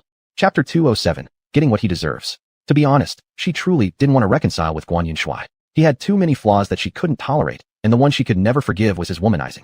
Yet, as Zhou Ping had said, Even if Lin Fong wanted to get back together with Fang Shuo, it was already impossible. She knew there was now Long Wanqing by Fang Shuo's side. Anyone could see who the better choice would be. So if Lin Fong insisted on rejecting Guan Yunshui, she'd end up losing both. Though it seemed she had two options, in reality, only Guan Yunshui remained available to her. Besides, Lin Fong was now desperate to save her brother Lin Bing and needed help. Fang Shuo had clearly rejected her already, leaving her no choice but to seek alternatives. Guan Yunshui was her last hope. She had to give it a try. Guan Yunshui wasn't in a hurry. He calmly watched Lin Fong. Before, he might have felt uncertain, not knowing whether she would accept him again. But now, he was completely confident. He counted on Zhou Ping firmly standing on his side, helping to persuade Lin Fong. Moreover, he held in his hands their lifeline, the property deed. If Lin Fong refused, he would ruthlessly take back the house, leaving the mother and daughter homeless on the streets. He understood Lin Fong well. She wasn't strong-willed and usually followed Zhou Ping's advice. So long as Zhou Ping supported him, he had every confidence of bringing Lin Fong back. Lin Fong thought for a long time. Finally, the light in her eyes faded, replaced by an expression of resignation. She let out a deep breath and nodded. Fine, I'll forgive you. But if I ever find out you've been unfaithful again, we're through, completely and forever. Immediately, Guan Yunshui raised 3 fingers solemnly. I swear from this day forward, I will never do anything to betray you. I'll make you the happiest woman in the world. When Zhou Ping saw Lin Fong agree, she was overjoyed. Nodding repeatedly, she said, Good, good, good. Xiao Guan has sworn. Now you can rest easy, right? Lin Fong pursed her lips slightly. Then, what about the property deed? Guan Yunshui smiled. Don't worry. Once we register our marriage, everything I have is yours. The deed will naturally be returned to you. Lin Fong nodded slowly, then voiced her concern. All right, since we're back together, could you help with my brother's case? Guan Yunshui hesitated, showing some reluctance. How exactly do you want me to help? If you just need me to hire a lawyer for you, that shouldn't be a problem. But if you're hoping to get Lin Bing released, that's simply impossible. Lin Fong was shocked. Even you say it's impossible. Guan Yunshui sighed. Lin Bing has been charged with intentional assault, and he's already confessed. The evidence is solid, the facts are clear. There's no way to overturn the case. Both Lin Fong and Zhou Ping wore looks of despair. How could it come to this? Shaking his head, Guan Yunshui said. All we can do now is get him a good lawyer to try reducing his sentence. Zhou Ping refused to give up. Xiao Guan, really? Is there absolutely nothing that can be done? Guan Yunshui replied firmly. Nothing. A look of deep sorrow crossed Zhou Ping's face. She let out a long sigh. My poor, unfortunate son, Lin Fong said quietly. Then please help Lin Bing find a capable lawyer. We can only hope his punishment will be lessened. Guan Yunshui then contacted the legal department at his company and recommended an excellent lawyer. Not long after, the court convened for trial. To everyone's shock, during the hearing, additional crimes were discovered involving Lin Bing. The presiding judge immediately announced a new investigation, postponing the final judgment. Subsequently, public security authorities launched another round of investigations and found that while working under Guan Yunshui, Lin Bing had secretly embezzled company funds. Furthermore, he had organized gambling activities and participated in numerous brawls. In short, his misconducts were countless, utterly indefensible. 2 weeks later, after all related cases were thoroughly investigated, the police and prosecution brought forth new charges and evidence for a retrial. With clear facts and undeniable proof, Lin Bing was ultimately sentenced to 10 years in prison. Upon hearing the verdict, Lin Fong and Zhou Ping nearly collapsed. 10 years. How many such decades did one have in a lifetime? Lin Bing wasn't even 30, still in his prime. But after 10 years behind bars, he'd emerge as a middle-aged man. With no skills, education, or abilities, branded a convict. How could he possibly survive? Zhou Ping clutched the sentencing notice, wailing uncontrollably. Lin Fong tried to comfort her, but her own heart was a mess. She barely had the strength to console anyone. What they didn't know at all was that Lin Bing's harsh sentence had been entirely orchestrated behind the scenes by Fang Shuo. Lin Bing had crossed his bottom line, so there was no way Fang Shuo would let him off easily. Someone like Lin Bing couldn't possibly have clean hands. If you dug just a little, you were bound to uncover plenty of dirt. So Fang Shuo hired a private investigator to look into Lin Bing's past, and indeed uncovered numerous misdeeds. However, these were minor offenses. Under normal circumstances, they might have resulted in nothing more than administrative penalties. But now that Lin Bing was facing criminal prosecution, the presiding judge's impression mattered greatly. Fang Shuo intended to submit all these cases to make the judge see Lin Bing as nothing but scum who deserved the harshest possible sentence. Although Fang Shuo possessed a substantial amount of evidence, he still needed a channel through which to deliver it. Fortunately, Xiao Xuejin had connections within the procuratorate, so Fang Shuo handed over all the materials he had gathered.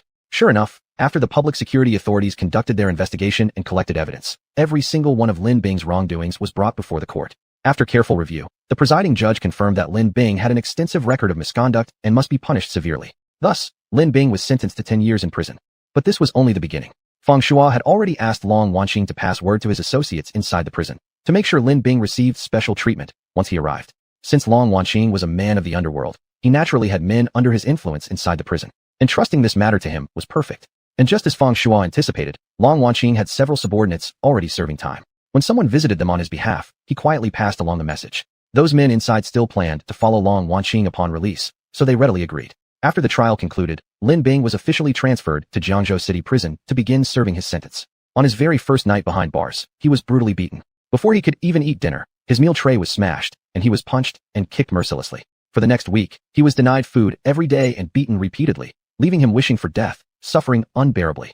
This was Fang Shua's punishment for him. Whether for Shi Xiaomei or for Guogua, Lin Bing deserved every bit of it. Lin Bing had already received what he deserved. Whether he lived or died meant nothing at all to Fang Shua.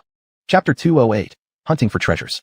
The price of Chun Daio's Phase 2 residential project had now reached Fang Shua's target range, so he began systematically selling off his holdings.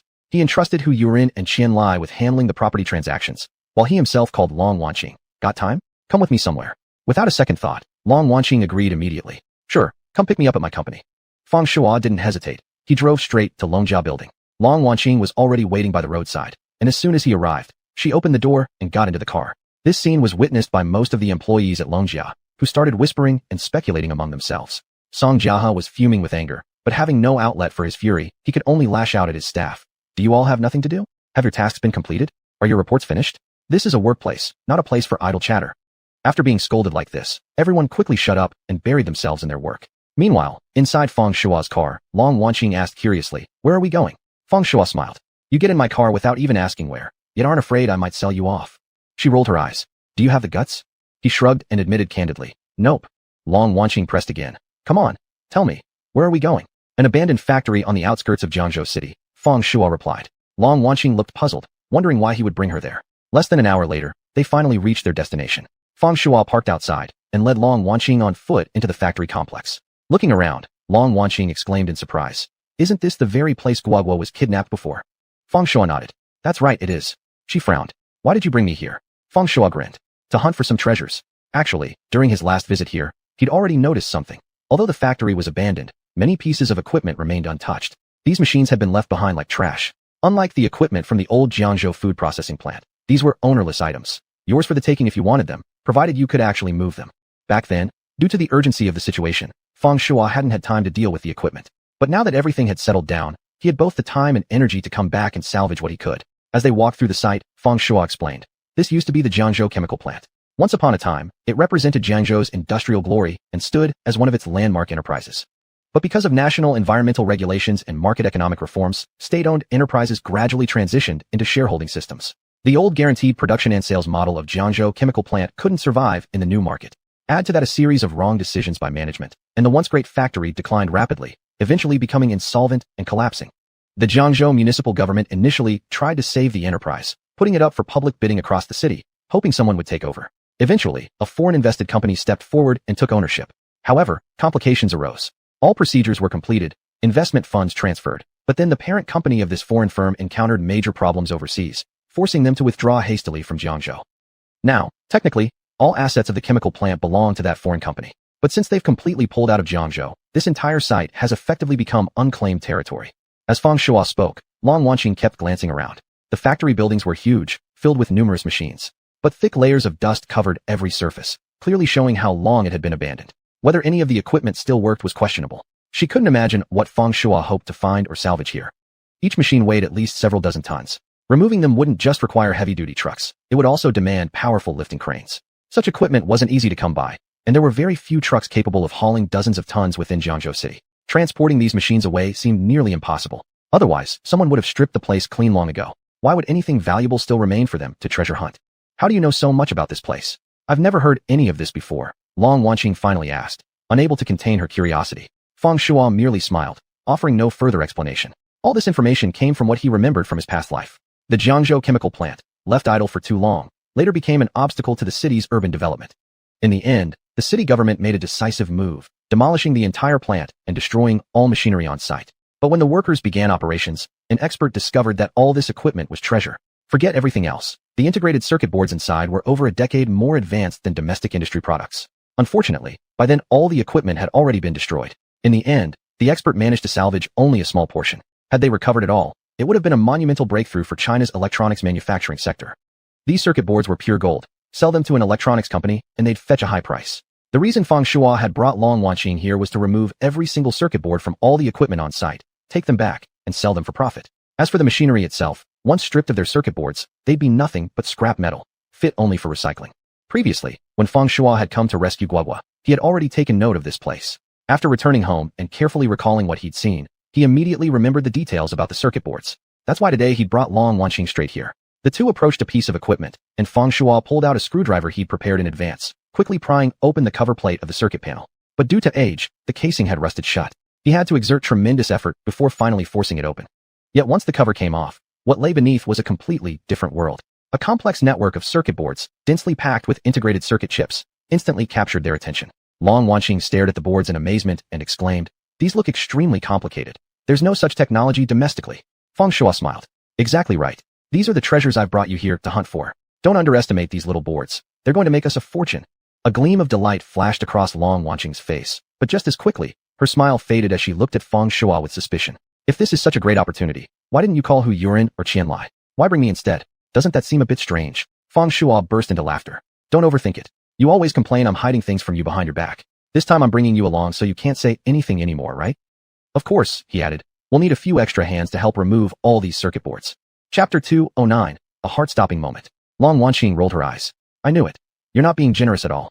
You said you felt indebted to me, but really, you just wanted me to bring people here to dismantle the circuit boards for you. Hu and Qian don't have enough manpower, so you thought of me." Feng Shuo chuckled. "Don't say that. This is called keeping profits within the family. If I wanted to go solo, I could have easily hired outsiders to do this." Long Wanqing shrugged. "Give me a break. You'd never hire outsiders. You're afraid too many people will talk, and if word gets out about this place, scavengers will come swarming in from everywhere." Feng Shuo smiled, but didn't respond, because everything Long Wanqing said was exactly what he had been thinking. Of course, finding someone trustworthy to help dismantle the circuit boards was necessary, but Feng Shuo had plenty of options. Besides Long Wanqing, he could have easily reached out to people like Xiao Xuejin or Wang Long. They were complete amateurs in this field, so all he'd need was for them to find a few reliable, tight-lipped individuals to come help, without even needing to explain how valuable these circuit boards actually were. The reason he chose Long Wanqing, and why he'd told her so much, was because he genuinely wanted her to share in the profits. Over the past, with the sale of shares in the agricultural company and the liquidation of real estate projects, Feng Shuo felt somewhat guilty toward her. So when this opportunity came up, instead of calling on Hu Yurin and Qianlai, he turned to Long Wanqing for help. Long Wanqing understood his intentions perfectly, but she was still a woman, and like most women, she held on to small grudges. She hadn't forgotten the past incidents, so she seized this moment to give Feng Shuo a hard time. She complained freely, but when it came to work, she didn't slack off at all. She immediately made calls and assembled a group of trustworthy people, bringing them to the abandoned factory to dismantle the equipment and extract the circuit boards. Because the factory was vast and filled with countless pieces of machinery, all long neglected and heavily rusted, it took considerable effort just to pry open the panels covering the circuit boards. Under normal circumstances, completing the job would take no less than a full week. But Feng Shuo didn't let them work randomly. He directed them carefully, instructing them to prioritize removing the highest value circuit boards first. He needed to make sure that by the end of today, all the most expensive circuit boards were dismantled and removed. Once those were safely in hand, even if the secret of this location got out, he wouldn't have to fear others coming to snatch the treasure. Besides, he knew that although the people Long Wanqing brought were reliable, it would be difficult to keep everything completely quiet. As the saying goes, no wall is completely airtight. He believed it wouldn't take more than a few days before the news spread across Jiangzhou. The workers Long Wanqing brought were quick and efficient, but some circuit boards were located in hidden, hard-to-reach places and extremely difficult to remove. So Feng Shuo had no choice but to stand nearby personally, giving detailed instructions. Meanwhile, Long Wanqing wasn't idle either. She moved around the site, checking on the workers' progress. However, as she passed beneath a large piece of equipment, disaster struck. The worker above, while prying open the panel, accidentally lost his grip. The heavy metal cover plummeted straight down, hurtling toward Long Wanqing's head. If it had hit her, even if it didn't kill her instantly, it would have caused grave injury. At that very moment, Feng Shuo was standing less than 5 meters away. He spotted the danger just in time. There was no time to shout a warning. Without thinking, he launched himself forward like an arrow released from a bow, sprinting toward Long Wanqing. When he was less than a meter away, he lunged through the air, tackling her to the ground. Almost simultaneously, there came a thunderous crash, clang, as the metal panel slammed into the ground, smashing a crater into the granite floor and sending shards of stone flying in all directions. Only then did the surrounding people finally cry out in shock. Everything had happened in a flash, a split-second turn of events.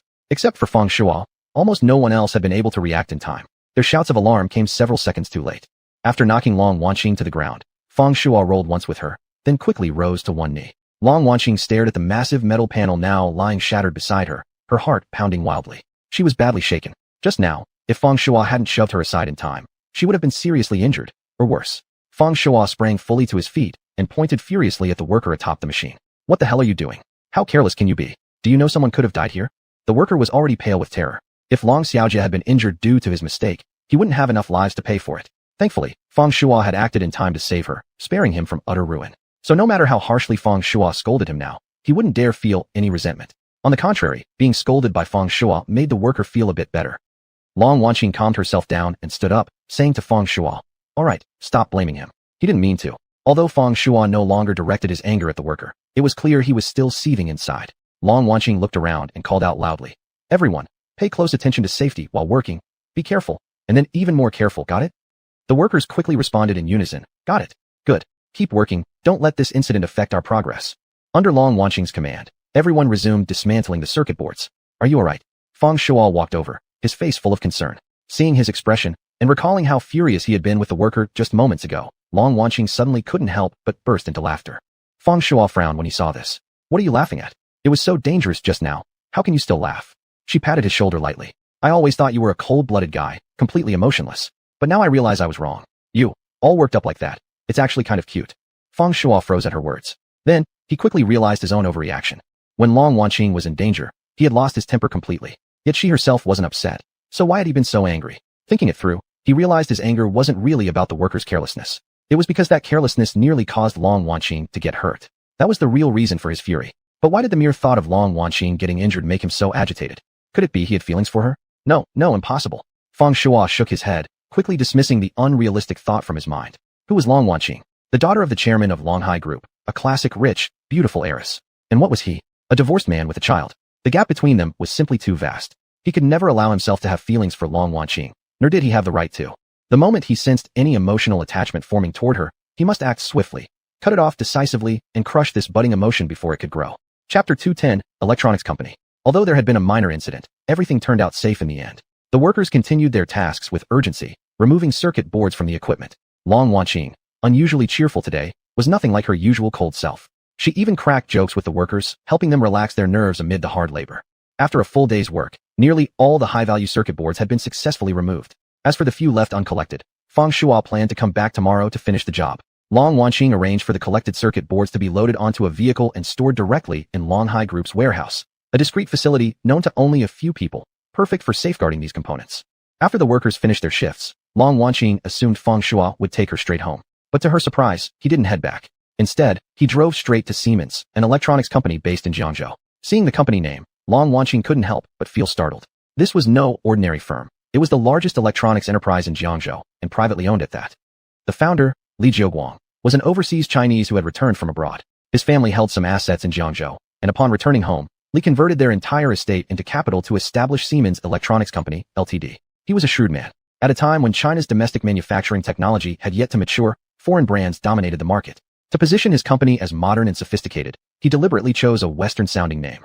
Since its founding, Li Jiuguang had focused on improving electronic product technologies and ensuring quality, aiming to reshape consumers' perceptions of domestic goods and elevate their status. This was a man with vision, someone capable of pursuing great ambitions. In his previous life, Feng Shuo had dealings with Li Jiuguang and deeply understood the man's aspirations and talents. Unfortunately, due to foreign technological barriers, Siemens never achieved the breakthrough it needed. Faced with the threat of being edged out by the market, Li was forced to allow foreign investment into his company and reluctantly went public overseas, ultimately becoming just another tool for foreign capital to generate profits. When Feng Shuo interacted with Li Jiuguang, the latter had mentioned more than once that if the equipment from Jiangzhou chemical plant hadn't been destroyed but preserved intact, he would have paid top dollar to acquire those circuit boards. Those circuit boards were treasures. By carefully studying them, making improvements, and reverse engineering their designs, China's electronics industry could achieve a groundbreaking leap forward. And Siemens, as a pioneer in technological innovation, would become the market leader, surpassing competitors by a wide margin and emerging as the industry's dominant force. If that came true, Li would gain enough capability and financial strength to thoroughly upgrade the quality and technology of domestic products, enabling homegrown brands to replace imported ones. In his previous life, the destruction of the chemical plant's equipment, and particularly those lost circuit boards, had been one of Li Jiuguang's greatest regrets. This lifetime, Feng Shuo decided to lend him a hand, while also turning a substantial profit from the circuit boards in the process. It was a win-win scenario, one that would benefit everyone immensely. Feng Shuo walked through the main entrance of Siemens and approached the reception desk. Smiling, he said to the receptionist, "Hello, my name is Feng Shuo. I'd like to meet your boss, Mr. Li Jiuguang." The receptionist glanced at Feng Shuo and asked, "Mr. Feng, do you have an appointment?" Feng Shuo shook his head, but before she could turn him away, he pulled out a small integrated circuit board he had prepared earlier. It was a tiny board taken from the equipment. On its own, not particularly valuable, worth maybe 3 to 500 yuan at most. But he wasn't trying to sell it. This was merely his ticket inside. He was certain that once Li Jiaguang saw this piece, he would agree to meet him. Miss, please deliver this to Mr. Li Jiaguang. Once he sees it, he'll definitely want to see us. The receptionist took the circuit board but made no move to pass it along. She looked at Feng Shuo with deep suspicion, doubting him completely. And who could blame her?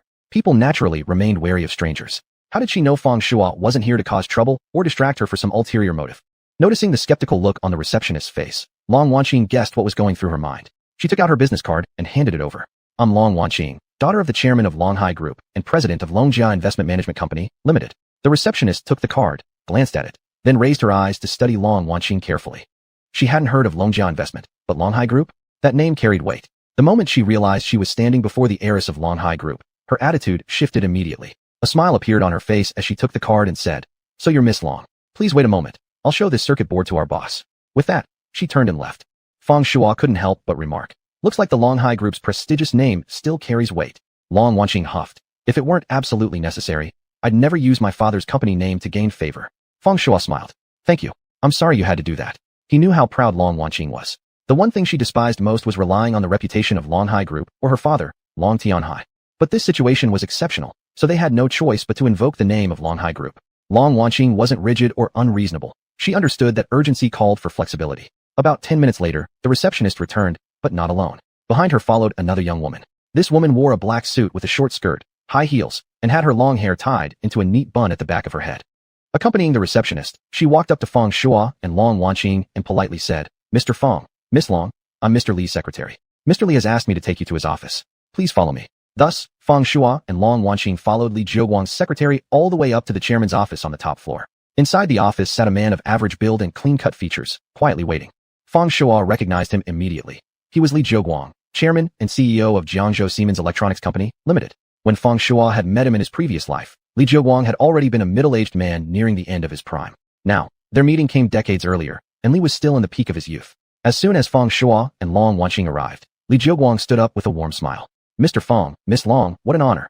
Delighted to meet you. Please, sit down, sit down. He instructed his secretary to bring 2 cups of coffee, then sat down opposite Feng Shuo and Long Wanqing. I don't believe in beating around the bush, so I'll be direct. Is that circuit board Mr. Feng showed me the only one, or do you have many more? Chapter 211, The Price Settled. Feng Shuo smiled and said, There are many, so many that they're enough for you to improve your technology by 1 or 2 levels. When Li Jiaguang heard this, his entire body stiffened. The sentence sounded ordinary, but only he himself knew how incredibly difficult it was to truly advance in technical skill. Although the circuit board Feng Shuo had shown him was only a small fragment, within it he had glimpsed world-leading, cutting-edge technology. If he could disassemble and study it properly, he was certain the electronic technology mastered by his company would make tremendous progress. But research required materials. A tiny piece like this held no real value for serious study. What he hoped for most now was that Feng Shuo had a large supply of such circuit boards. If he could fully understand the technology embedded in these boards, he would possess the most advanced and extreme electronic expertise in the entire country. Only with that technology could he realize his dreams and ambitions. Now Feng Shuo was telling him that the circuit boards he had on hand were sufficient to raise his technical level by 1 or even 2 tiers. What did that imply?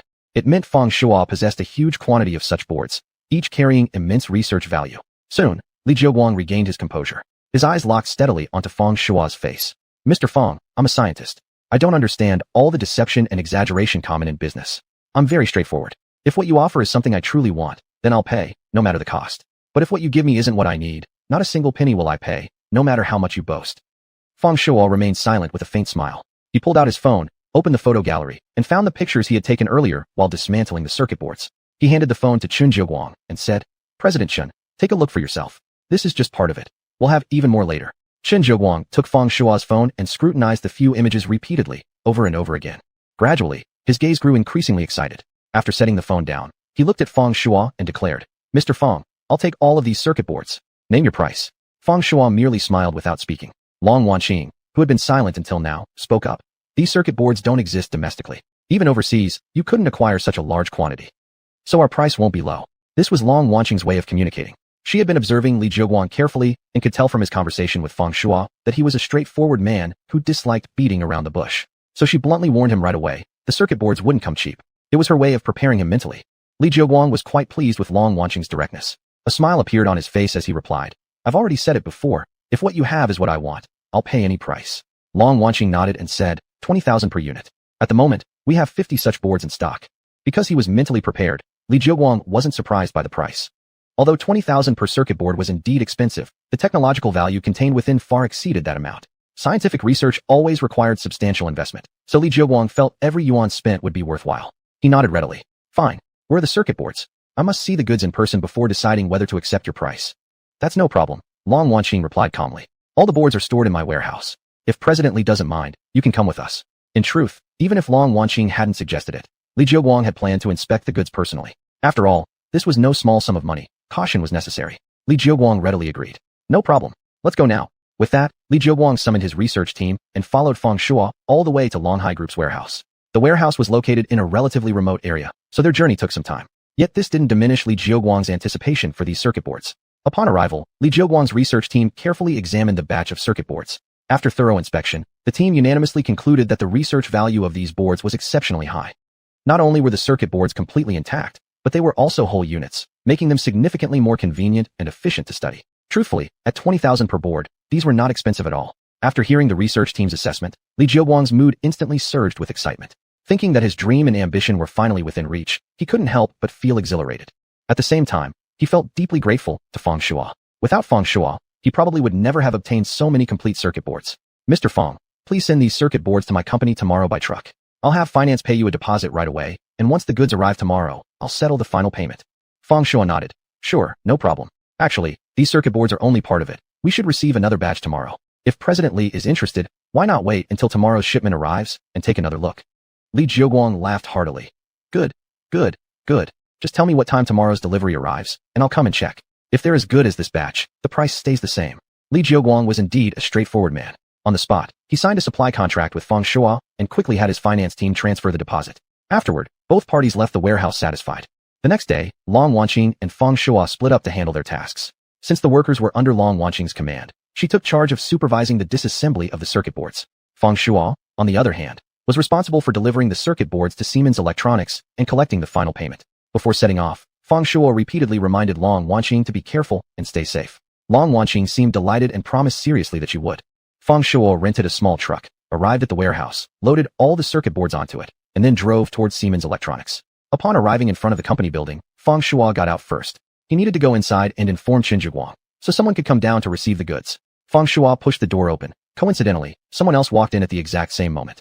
He didn't think much of it at first, but then he heard the person say in surprise, "You're Mr. Feng." Feng Shuo turned his head and was also taken aback. The person was none other than Zhou Qiqin. "Oh, Miss Zhou, what are you doing here?" Feng Shuo was somewhat surprised. After seeing Feng Shuo, Zhou Qiqin broke into a bright smile. "Don't call me Miss Zhou, just call me Qiqin. I came here to deliver some documents for my company." "Company?" Feng Shuo said in confusion. "But aren't you studying music? How come you're delivering documents now?" Zhou Qiqin explained. "My part-time job assigned me to deliver these documents." Chapter 212. Up to no good. Feng Shuo was momentarily stunned upon hearing this, but quickly understood. Zhou Qiqin came from a difficult family background. Her father had passed away early, and she lived with only her mother, who struggled to support her education. Worse still, she was studying music, an expensive major by nature. As a result, whenever she had free time, Zhou Qiqin would perform at restaurants or work part-time at companies to earn some extra money for the household. It wasn't much, but it covered her monthly meals. In fact, one could easily tell her financial situation from her clothing. Feng Shuo had noticed several times that she wore the exact same outfit each time he saw her. She simply didn't have any other clothes. She only ever wore that one piece. Today, however, Zhou Qiqin seemed a bit different than usual. Feng Shuo noticed she wasn't carrying her Jacqueline cello. So he asked, "Where's your cello? Didn't you always carry it around before? Why aren't you bringing it today?" Zhou Qiqin smiled. "I've come to realize something. Instead of lugging around such a burden all the time, it's better to store the instrument safely at home and only bring it out when needed. After all, a cello is just a cello. It can't do anything else. Before, I used to pour all my longing for my father into this one instrument. But that was wrong. After what happened last time, I won't keep running around everywhere with my cello like I used to. I've let go. Completely." Hearing these words, Feng Shuo nodded slightly. It was best that she had reached this understanding on her own, that she was no longer trapped in that narrow mindset. Seeing her emerge from the shadows, he felt genuinely happy for her. "Come to think of it, I should properly thank you," Zhou Qiqin said. "If it weren't for you, I wouldn't have been able to let go so quickly." "Oh, right. And you even helped me recover my father's belongings. I didn't even get a chance to say thank you." Feng Shuo shook his head. "You don't need to thank me. I only did what was easy. Truthfully, even if I hadn't helped you find the cello, you had already moved past it. This change is entirely due to your own efforts. It has nothing to do with anyone else." Speaking of the cello, Feng Shuo suddenly remembered a question that had long puzzled him, so he couldn't help asking. "By the way, I never asked earlier. Do you know why those people stole your cello?" "I know this instrument is extremely valuable, a world-famous cello. But even so, going through all that trouble to send Luo Qiong specifically to steal it from you seems excessive. Is there something special about this cello that made it worth their attention? Zhou Qiqin shook her head, looking confused. I don't know either, but the cello really is priceless. Maybe they were after its value and wanted to steal it for that reason. Feng Shuo gave a faint smile. Who knows? Anyway, they clearly meant no good. Just be careful from now on. He glanced at the documents in Zhou Qiqin's hand. Which department are you delivering those to? Want me to take them for you? Zhou Qiqin quickly shook her head. No, that's all right. This is my job. How could I trouble you with it? Mr. Feng, you go ahead and do your work. I'll go deliver these now. Seeing her refusal, Feng Shuo didn't insist. He nodded, then turned and walked into the building. Zhou Qiqin quietly watched his retreating figure until he completely disappeared from sight. Only then did she let out a wistful sigh and turn toward the front desk. After explaining her purpose, the receptionist led her to the marketing department on the third floor. The department manager was a middle-aged man named Ma Chong. Zhou Qiqin had come to deliver the documents to him. After the receptionist pointed toward Ma Chong's office, she left. Zhou Qiqin knocked lightly on the door and entered. Manager Ma, hello? I'm Zhou Qiqin from Shifei Industrial and Trading Company, here to deliver the procurement contract for next quarter. Please take a look and sign if everything's in order. As she spoke, she placed the document envelope on Ma Chong's desk. Ma Chong carelessly picked up the envelope and pulled out the contract to glance through it. His company had been cooperating with Shifei for many years. They were considered long-term, established clients. However, Ma Chong had only recently taken office, making this the first time he'd signed a procurement contract with Shifei. New officials often start with great zeal, and as the marketing manager, Ma Chong wielded significant authority. He had no intention of signing the contract so easily. Surely, some personal benefit was in order. So he tossed the contract onto the desk and looked up at Zhou Qiqin. But the moment his eyes met her face, he froze completely. He wasn't a man who hadn't seen beautiful women before, but someone as stunningly exquisite as Zhou Qiqin. He'd never encountered anyone like her. This young woman standing before him wore simple clothing and not a trace of makeup. Yet precisely because of that simplicity, she appeared even more pure and endearing. Zhou Qiqin was an artist at heart, carrying an ethereal aura that, combined with her naturally stunning beauty, gave her the appearance of a celestial fairy descending to earth. Ma Chong stared at Zhou Qiqin, his gaze shifting from astonishment to naked greed. He had taken a liking to this beautiful young girl. He wanted to possess this fairy for himself. Noticing how he was staring intently at her, Zhou Qiqin lightly frowned and cleared her throat. Manager Ma, is there something wrong with the contract? Ma Chong flashed a smile, stood up, and walked over to her. You're Xiao Zhou, right? Come on, don't stand there, come sit down. As he spoke, he reached out, attempting to drape his arm around her shoulder. Zhou Qiqin's brows twitched. She subtly shifted sideways, avoiding his vulgar grab. She walked over and sat on the sofa, then nodded and said, Manager Ma, you still haven't answered my question. Is there a problem with the contract? Ma Chong nodded. Yes, just a few minor details that need adjustments. Let me go over them with you in detail. With that, he took the contract and sat down beside Zhou Qiqin. Whether intentional or not, he pressed unusually close to her. Uncomfortable, Zhou Qiqin kept scooting sideways. But Ma Chong clung to her like a leech, inching closer every time. Eventually, she had been pushed to the very edge of the sofa, with nowhere left to retreat. Her brows knitted tightly together. Quietly, she elbowed Ma Chong in the waist and pressed again. Manager Ma, exactly what issues does the contract have? Please tell me so I can revise it immediately. Ma Chong chuckled lewdly. Little Zhou, you've got a lot to learn about how things work around here, huh? That's fine, I can teach you. Later, bring the contract and come have dinner with me. We'll eat, and I'll slowly guide you through everything. As for those details, they're really nothing serious. I could just overlook them, save you the trouble of running back and forth. Over dinner, I'll sign it for you without any hassle. Zhou Qiqin might be pure-hearted, but she wasn't naive. And having seen and interacted with many people around her, she instinctively understood what was going on. From Ma Chong's attitude and words, she could clearly tell he meant no good. Chapter 213, Baseless Accusations. She wasn't some naive, pure-hearted lotus blossom who knew nothing about human dealings. On the contrary, due to her difficult family circumstances, she had started working at a young age to earn money. She'd seen no shortage of the harshness and cruelty of the world, so she knew exactly what was going on. When Ma Chong said he wanted to take her out for a meal, his real intentions were clearly those underhanded, shameful, and disgraceful deeds that couldn't be spoken of. Knowing full well that Ma Chong had ulterior motives, how could Zhou Qiqin possibly agree? She flatly refused. I'm sorry, but I have something else later. Let's skip the meal. Manager Ma, if there are any issues with the contract, just let me know and I'll revise it. If there aren't any problems, then please sign it. When Ma Chong saw Zhou Qiqin reject him, his expression immediately darkened. Xiao Zhou, you should understand. Siemens Electronics is a big company. Countless people want to cooperate with us. Whether we choose to work with one supplier or another depends entirely on my word. If you show me respect, then naturally the contract will go through smoothly. But if you don't give me face, I can simply switch to another supplier. Hearing this, Zhou Qiqin grew anxious inside. She was only here to deliver the contract for Ma Chong's signature. If she ruined the deal, she could get fired from her job. If she lost this job, her income would drop significantly. Sure, she might find another job, but most part-time positions these days didn't pay well. Shifei Industrial offered good wages, and she didn't want to lose this opportunity. So she urged, Manager Ma, I'm just here to deliver the contract. Matters regarding cooperation have absolutely nothing to do with me. If you're going to refuse to cooperate with our company just because I won't have dinner with you, that's completely unreasonable. Ma Chong sneered coldly. Right now, whether or not money gets paid hinges on the signing of this contract, and that's up to me. You won't give me face? Then we won't cooperate. In that case, tell me, does it still have nothing to do with you? Zhou Qiqin frowned, growing increasingly angry. Ma Chong was clearly threatening her, and yet she felt utterly helpless. She began hesitating. Should she really agree to have dinner with him?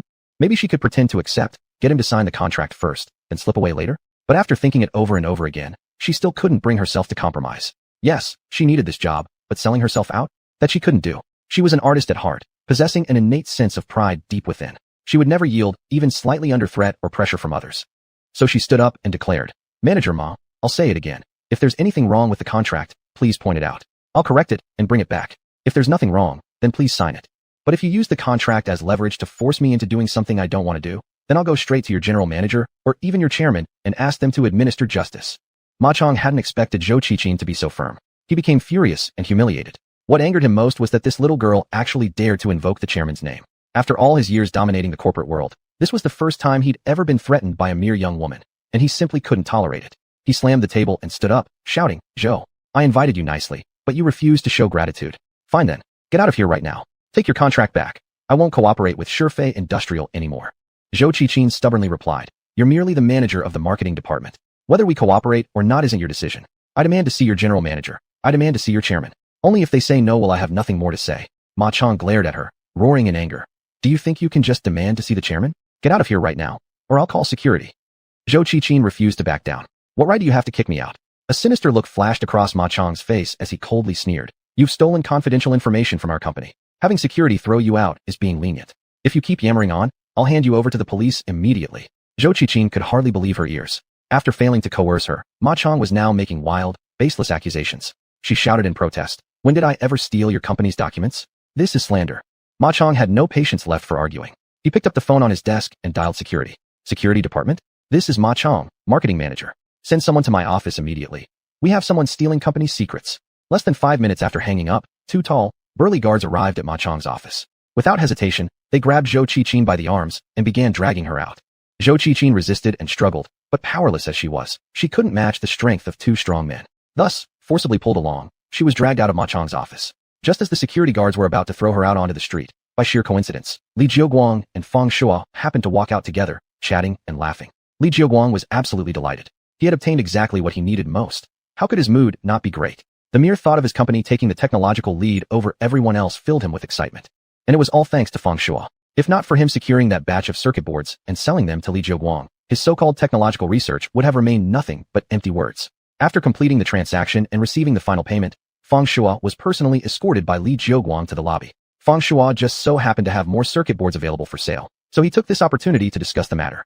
Li Jiuguang was eager and ready, waiting impatiently for the next shipment to arrive so he could examine them right away.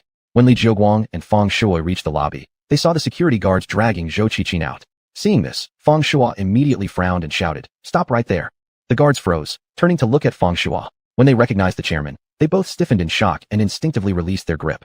Brother Feng. After breaking free from the guards, Zhou Qiqin rushed forward and hid behind Feng Shuo. Feng Shuo shot a cold glare at the two guards. What's going on here?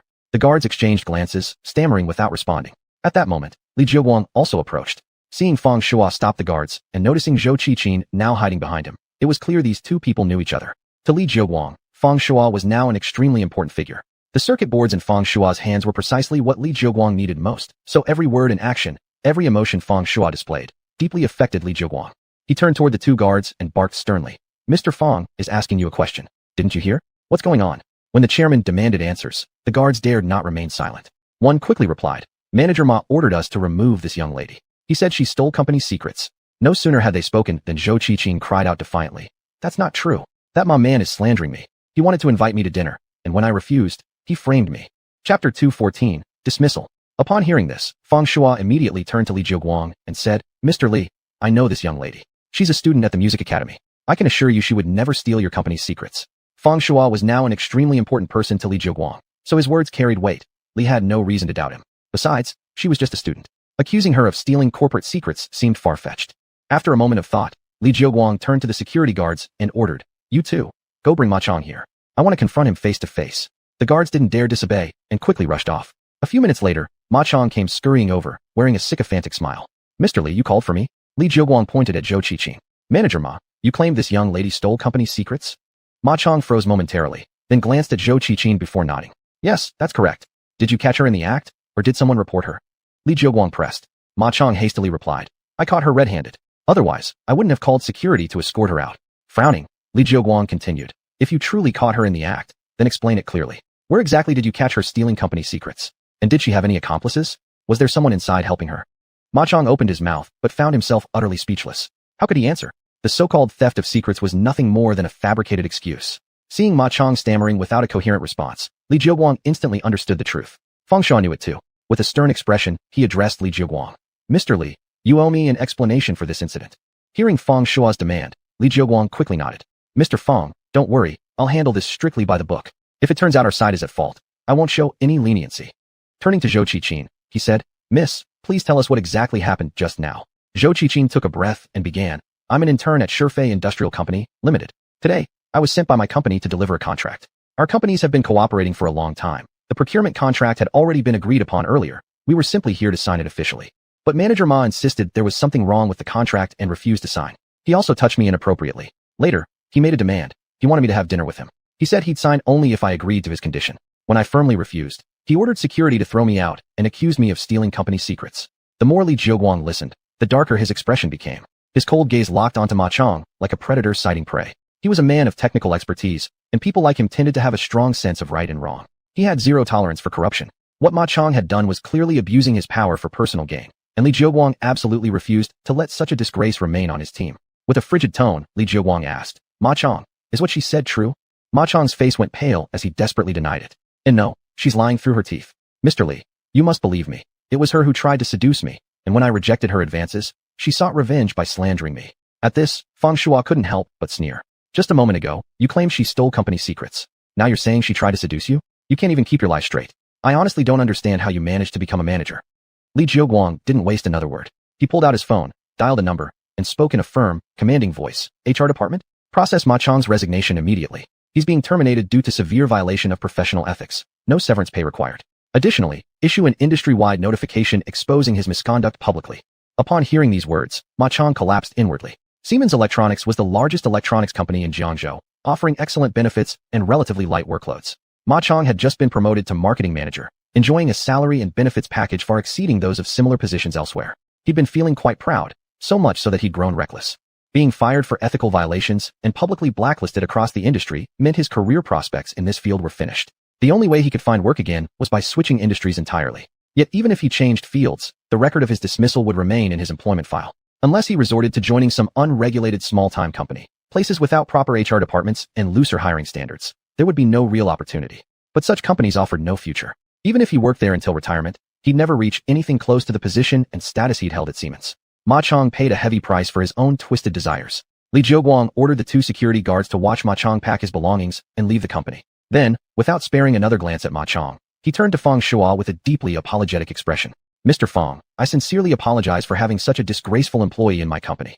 Feng Shuo shook his head. No, you're not to blame. In any company, there might be one or two individuals like him. You can't guarantee that every employee will be good, especially as a company grows to a certain size. Exactly. That's why strict rules and regulations are extremely important for a business. The way you handled this situation just now makes me very pleased. With a manager like you leading the way, it's no wonder Siemens has become the largest company in Jiangzhou. Hearing Feng Shuo's praise, Li Jiuguang couldn't help but feel a quiet sense of pride. He had studied abroad and learned advanced foreign management concepts. It was precisely through these scientific and effective management systems that he had managed to build his company into Jiangzhou's top electronics enterprise. To improve product quality, to advance technology, first and foremost, one must establish a sound management system. This was Li Jiuguang's philosophy in running a business. And this philosophy aligned perfectly with Feng Shuo's. Director Li, now that we've confirmed this was entirely Ma Chong's fault, shouldn't this contract be signed? Feng Shuo pointed at the document envelope in Zhou Qiqing's hand. Li Jiuguang nodded. You're absolutely right. It should be signed. Without hesitation, he took the envelope from Zhou Qiqing, pulled out the contract, quickly skimmed through it, and then swiftly signed his name with 3 confident strokes. Then, he handed the contract back to Zhou Qiqing with a smile. There, the contract is signed. Now you can return and report your success. Zhou Qiqing took the envelope and bowed deeply to Li Jiuguang. Thank you, Director Li. She then bowed again to Feng Shuo. Thank you, Brother Feng. Feng Shuo waved his hand dismissively. I didn't do anything. It was all resolved by Director Li. Though he said that, Zhou Qiqing clearly understood that if it weren't for Feng Shuo today, She would have had no choice but to swallow this injustice, harassed by Ma Chong, thrown out by security, and likely reprimanded back at her own company. She would have been utterly wronged. Only after meeting Feng Shuo did the situation turn around. In fact, it was Feng Shuo who had truly resolved her problem. After expressing her gratitude, Zhou Qiqin prepared to leave. Suddenly, as if remembering something, Li Jiuguang called out to her. Chapter 215, Doing a Favor. Miss Zhou, please wait. Li Jiuguang called out. Zhou Qiqin turned around and asked, Is there something else, Mr. Li? Li Jiuguang smiled broadly and said, Well, your Shifei Industries has been cooperating with our Siemens for some time now, and we're very satisfied with your company. So, I'd like to increase our collaboration by giving you another procurement order. Zhou Qiqin was taken aback. Another procurement order for us? Li Jiuguang nodded. Yes, it's quite a substantial order. And since you'll be the one securing this deal, your boss will definitely reward you handsomely when you return. Maybe even give you a big red envelope. Zhou Qiqin widened her eyes. Really? Of course. But I have one condition. You must personally handle the handover of this order. With this contract, you can transition from an intern to a Dengser employee at Shifei Industries, Li Jiuguang said with a smile. Zhou Qiqin stood frozen. She couldn't understand why Li Jiuguang was suddenly being so generous to her. After all, how many industrial companies in Jiangzhou were desperately waiting for a chance to work with a giant like Siemens? It had taken her boss enormous effort just to secure their first contract with Siemens. Yet now, with just a single sentence, Li Jiuguang was casually offering them another. Zhou Qiqin felt as if gold had fallen on her head. Just as Li Jiuguang said, she would surely receive a hefty bonus. And if Shifei wanted to keep this new order, they'd have no choice but to promote her to a Dengser position. A Dengser employee was completely different from an intern. The benefits, share, and salary would all rise significantly. For Zhou Qiqin, this meant securing a real job, freeing her from worries about employment after graduation. Happiness came too suddenly, leaving her momentarily dazed. But then, when she glanced at Feng Shuo, everything suddenly made sense. Li Jiuguang clearly held Feng Shuo in high regard. The reason he was giving her such a huge favor must be to win Feng Shuo's goodwill. Indeed, Zhou Qiqin was sharp-minded, and she guessed correctly. Although Li Jiuguang hadn't known Feng Shuo long, he could already tell the man was extraordinary. Setting aside everything else, the circuit boards Feng Shuo possessed alone warranted building a good relationship. Moreover, Feng Shuo's way of speaking and his deep understanding of business deeply impressed Li Jiuguang. Therefore, he genuinely wanted to befriend Feng Shuo. However, directly offering favors to Feng Shuo would seem too deliberate. As the saying goes, excessive kindness without reason is either deceitful or suspicious. Li Jiuguang didn't want his intentions to appear too obvious. Just as he was at a loss, he encountered Zhou Qiqin. He could tell she and Feng Shuo were quite close. There was definitely something special between them. So Li Jiuguang immediately realized that if he gave Zhou Qiqin some benefits, Feng Shuo would naturally feel grateful toward him. This would give him a perfect excuse to build a stronger rapport and eventually form a closer connection. Seeing Zhou Qiqin silent, Li Jiuguang asked, What, Miss Zhou? Are you not interested? Interested? Only a fool wouldn't be. Snapping back to reality, Zhou Qiqin quickly said, No. I'm very willing. It's just that Mr. Li suddenly showing me such favor has left me overwhelmed. What virtue do I possess to deserve such kindness from you? Li Jiuguang laughed heartily. Consider it compensation for my subordinate's rudeness earlier. Don't feel awkward. This order means little to me. Whoever handles it doesn't matter much, right? Zhou Qiqin shot a quick glance at Feng Shuo, then bowed slightly to Li Jiuguang. Thank you, Mr. Li. Li Jiuguang waved his hand. No need to thank me. It's just a small gesture. Come by my office tomorrow. Bring the contract with you. Ask for me directly. I'll sign it personally. Zhou Qiqin nodded eagerly. Yes, I'll be there on time tomorrow. Thank you, Mr. Li. If there's nothing else, I'll take my leave now. With that, she turned and walked away. Even after stepping out of Siemens' main gate, she still felt like she was dreaming. She never expected that a simple errand for her company would land her such a massive windfall. While overjoyed, she couldn't help thinking of Feng Shuo again. Though they'd only met by chance, he had helped her repeatedly. At the thought of Feng Shuo's mature and handsome face, her heartbeat quickened and her cheeks flushed. It was a strange feeling, one she had never experienced even during her past relationship with Luo Qiong. Soon, Zhou Qiqin returned to Shifei Industries and made her way to Guan Yunshuai's office. The documents had been sent by Guan Yunshuai, so she needed to hand the contract directly to him. At the same time, she would report to him about Siemens' new order. Zhou Qiqin could already picture the scene, her boss praising her and promising a bonus. After pushing the door open, she found that besides Guan Yunshuai, there was another middle-aged man in his office.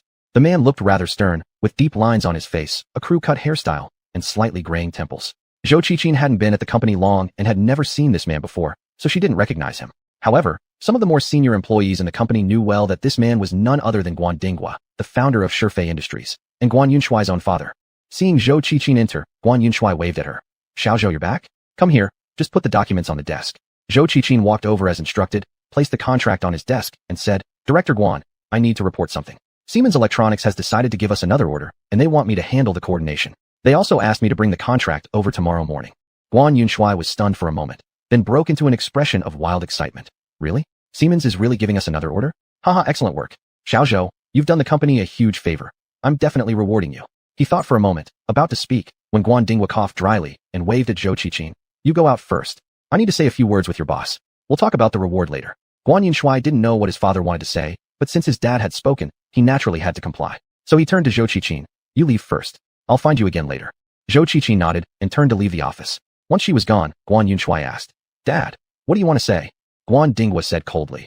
Were you just about to give that intern a bonus? Guan Yunshui nodded. Yes. She helped the company secure a new order. She deserves a reward.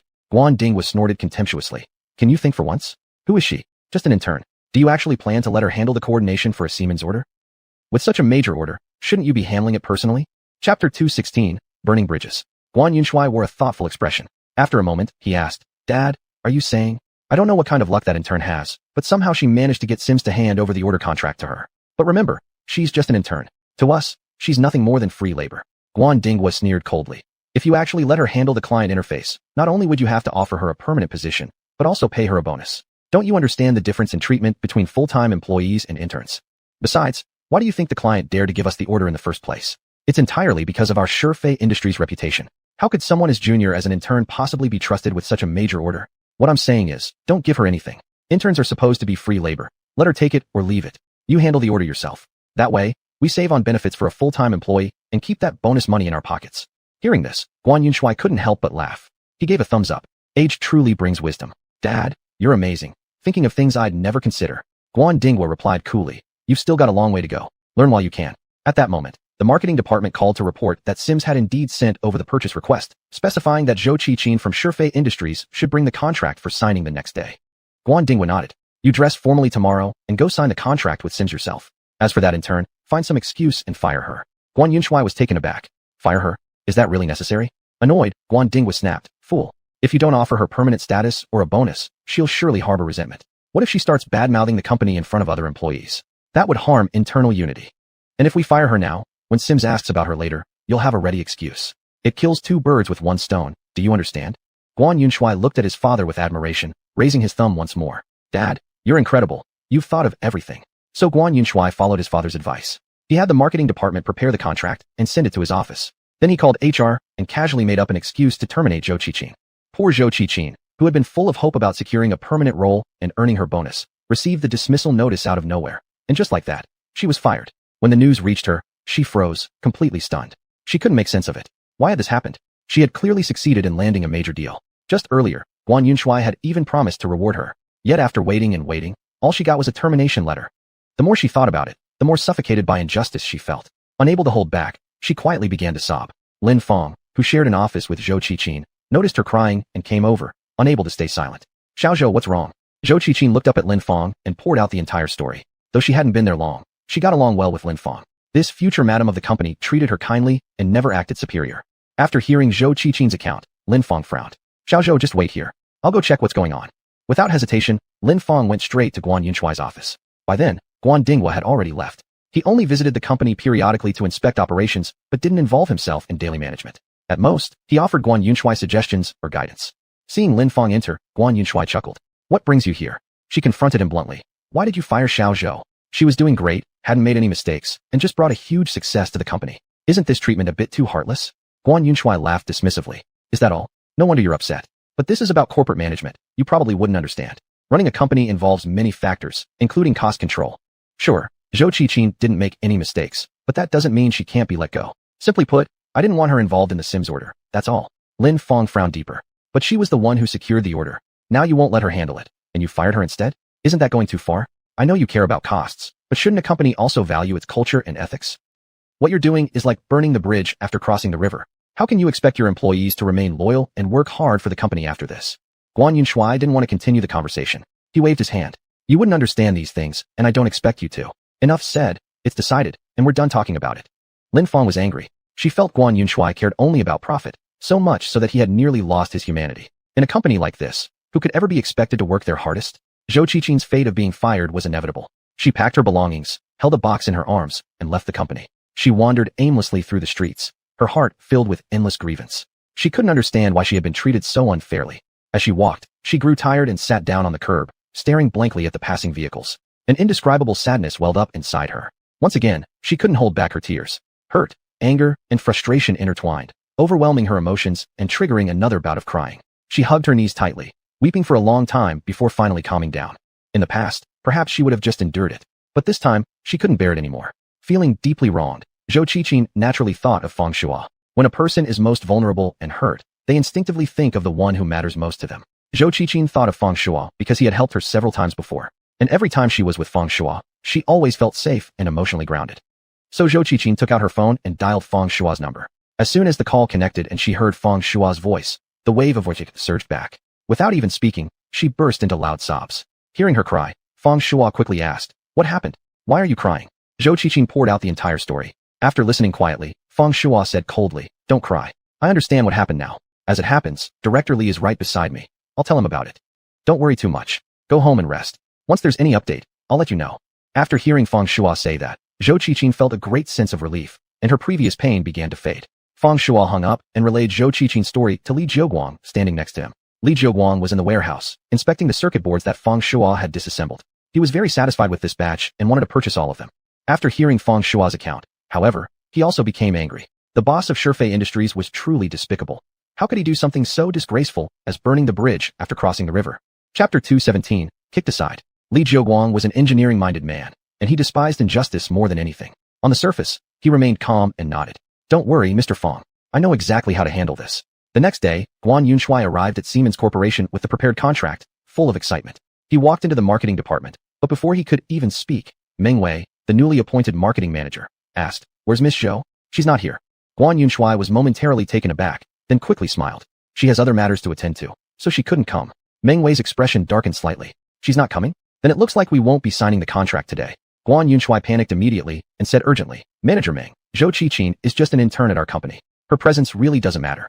You can sign with me. I'll take responsibility for the order." Meng Wei replied coldly, "I'm sorry, but this was specifically instructed by our general manager Li. As a mere marketing manager, I have no authority to go against his orders. Please leave. Without Miss Zhou present, I will not sign the contract. Oh, by the way, one more thing. The previous order contract is now void. If you want it reinstated, Miss Zhou must also come in person." Guan Yunshui stood frozen, completely unprepared for such an outcome. But what baffled him was this. Wasn't Zhou Qiqin just an insignificant intern? Why was Siemens insisting on her? Could it be that she had some hidden identity? Meng Wei issued a clear dismissal. "Mr. Guan, please leave. Remember my words. Without Miss Zhou, there will be no contract. To sign with Siemens, Miss Zhou herself must be present." Guan Yunshui protested helplessly. "But that's unreasonable. Does our cooperation have to fall apart just because Zhou Qiqin isn't here? Isn't that ridiculous? And besides, we already signed the initial order contract. How can you just cancel it like that?" Hearing this, Meng Wei's face turned icy cold. "So, Mr. Guan, are you trying to cause trouble? Fine. If you think it's unfair, feel free to sue us. Siemens will face you in court, no problem." His tone was extremely forceful, instantly deflating Guan Yunshui's resistance. Siemens was the largest electronics company in Jiangzhou, powerful and well-funded, capable of spending years and endless resources on a legal battle. Shifei Industries was just a small firm, utterly incapable of going head-to-head with a giant like Siemens. A lawsuit like this wouldn't see resolution for 3 to 5 years at least, and in the end, most likely result in total ruin with nothing to show for it. No matter how angry Guan Yunshui felt inside, he was powerless. They simply didn't have the strength to fight back. He had no choice but to accept defeat. He deeply regretted his decision. If he'd known it would come to this, he never would have fired Zhou Qiqin. Giving her a formal position and a bonus, such trivial costs compared to the Siemens contract, would have been nothing. Now he'd thrown away the watermelon for a few sesame seeds, losing big over something small, suffering net losses. With no options left, he could only return to his company in shame. Just as he stepped into the office, his father Guan Dinghua called. "Son, did you get the contract signed?" Guan Yunshui answered dejectedly, "No. I don't know what's gotten into Siemens. They insist Zhou Qiqin must sign the contract herself. They refuse to sign the new one and have cancelled the previous order too." "What?" Guan Dinghua, usually composed, shouted in shock and panic. "Dad, we miscalculated badly. If we'd known, we shouldn't have let Zhou Qiqin go. Now what should we do?" Guan Yunshui lamented bitterly. Lin Feng had warned him about this, but he hadn't listened. Now the client was lost, and he had no place to vent his sorrow. After a moment of thought, Guan Dinghua made a firm decision. "Go call that intern right now and bring her back. Give her a formal position and a bonus. Everything you promised her, give it all to her. I refuse to believe she won't come back." Guan Yunshui laughed bitterly. "Dad, earlier you said giving her a position and bonus would cost a lot. How is this different from what I decided before?" Guan Dinghua sneered. "That's why you're foolish. The key to securing this deal now lies with this intern. Promising her a position and bonus is merely to lure her back. Once the contract is signed, she'll have no further use. Then you kick her out immediately. That way, we get our contract signed while avoiding the cost of her promotion and bonus. Isn't the outcome exactly the same?" Guan Yunshui burst into laughter. "Brilliant. Absolutely brilliant. Dad, how could such a creative idea ever cross your mind? I'm truly impressed. So he immediately called Zhou Qiqin, speaking in the most infuriatingly sweet tone. Xiao Zhou, where are you? I haven't seen you all day. Why didn't you come to work? Zhou Qiqin was taken aback. But, wasn't I fired? Guan Yunshui pretended to be angry. Fired? Are you out of your mind? Hurry up and come to work. Then we'll go together to Siemens to sign the contract. Oh, and you've officially been hired by the company. You'll receive full staff salary and benefits starting next month. You've done the company a great service, so as a reward, we're giving you a 50,000 yuan bonus. Xiao Zhou, keep it up and bring us even more achievements. Zhou Qiqin thought she had misheard. She could hardly believe it. Mr. Guan, are you serious? This isn't a joke, is it? Nonsense. I'm the boss. Would I make jokes like this? Enough talk. Just get to the office quickly. We're going to Siemens this afternoon to sign the contract. Just as Guan Dingwa predicted, Zhou Qiqin arrived at the company that afternoon. The moment she stepped in, Guan Yunshui grabbed her and led her straight to the car. They arrived at Siemens and met with marketing manager Meng Wei. Meng Wei was extremely courteous to Zhou Qiqin. He even personally brewed tea for her, leaving her flustered and surprised. Thanks to her presence, the contract was signed smoothly, and the previously voided order contract was reinstated. With the contract finally secured, Guan Yunshui was ecstatic. After bidding farewell to Meng Wei, he brought Zhou Qiqin back to their company. Just as Zhou Qiqin was about to head to HR to complete her formal onboarding procedures, something happened she never could have imagined. 2 security guards blocked her path. Panicked, she shouted loudly, Mr. Guan, why won't you let me in? I still need to finish my registration. Guan Yunshui suddenly turned cold, his face darkening. Registration? What registration? You were fired. You have no place here anymore. Get lost immediately and stop disturbing my work. If you don't leave right now, I'll have security throw you onto the street. Zhou Qiqin stood frozen in shock. At that moment, she finally understood the truth. She had been used. Guan Yunshui had tricked her into coming only to sign the contract at Siemens. Now that the deal was done, she had no more value. And so, without hesitation, he was kicking her aside. Chapter 218, It Has to Be Her. Zhou Qiqin was so furious that she didn't even have the strength left to cry. She never expected Guan Yunshui, a company CEO, to behave more shamelessly than a common hooligan. Her chest burned with anger. Guan Yunshui had gone too far, and this was something she absolutely couldn't tolerate. Without hesitation, she called Fang Shuo and recounted everything from beginning to end. After listening, Fang Shuo replied calmly, I see. Here's what you do. Don't go to Shifei Industry anymore. Come work for my company instead. Right now, there isn't anything urgent going on, so you can just start learning the ropes. Hearing this, Zhou Qiqin felt a quiet joy rise in her heart. Really? I can actually come work for your company? Yes. We're short on staff anyway. Once the project officially kicks off, we might even hire many more people. For now, come over, get familiar with things quickly. You might turn out to be very useful later on. At these words, the anger in her heart instantly vanished.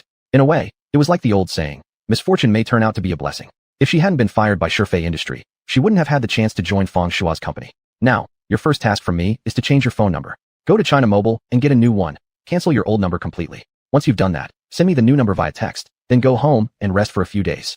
And remember, don't answer any calls from anyone except me. Especially ignore anyone from Shifei Industry. Don't pick up no matter how many times they call. Zhou Qiqin didn't understand why Fang Shuo wanted her to do this, but she didn't ask further and agreed immediately. She went to China Mobile, got a new number, and canceled her old one. After sending the new number to Fang Shuo, she headed home. The next day, Guan Yunshui arrived at Siemens with high spirits. Today was the first day of handover with the client after signing the contract. He needed to hold a meeting to clarify the client's specific requirements so he could supply Siemens accordingly. When he entered the conference room, Meng Wei and the marketing team were already there. Guan Yunshui greeted them and took his seat. Before he could speak, Meng Wei asked, Why are you alone? Where's Miss Zhou? Guan Yunshui hadn't expected Meng Wei to mention Zhou Qiqin. He quickly explained, Miss Zhou resigned. From now on, I'll handle all communications. Meng Wei narrowed his eyes. Resigned? She signed the contract yesterday, and today she's quit. Guan Yunshui nodded, putting on a regretful expression. Yes, I tried to persuade her to stay, but she said she had some urgent family matters and had to leave in a hurry. You know how it is. Everyone has their own path. I couldn't force her to stay. Meng Wei's face darkened. He gathered his things and stood up. I'm sorry, but if Miss Zhou has resigned, then all our previous contracts are void. Mr. Guan, please return. We're canceling the cooperation. With that, he turned to leave, signaling his team to follow. Guan Yunshui panicked. He hadn't expected them to insist so strongly on Zhou Qiqin. He jumped up and called out, Manager Meng, please wait. Let's talk this through reasonably. Meng Wei said coldly, I've made it clear multiple times. The handover of this order must be done solely by Miss Zhou. We won't recognize anyone else. Did you think that once the contract was signed, you could just kick her aside?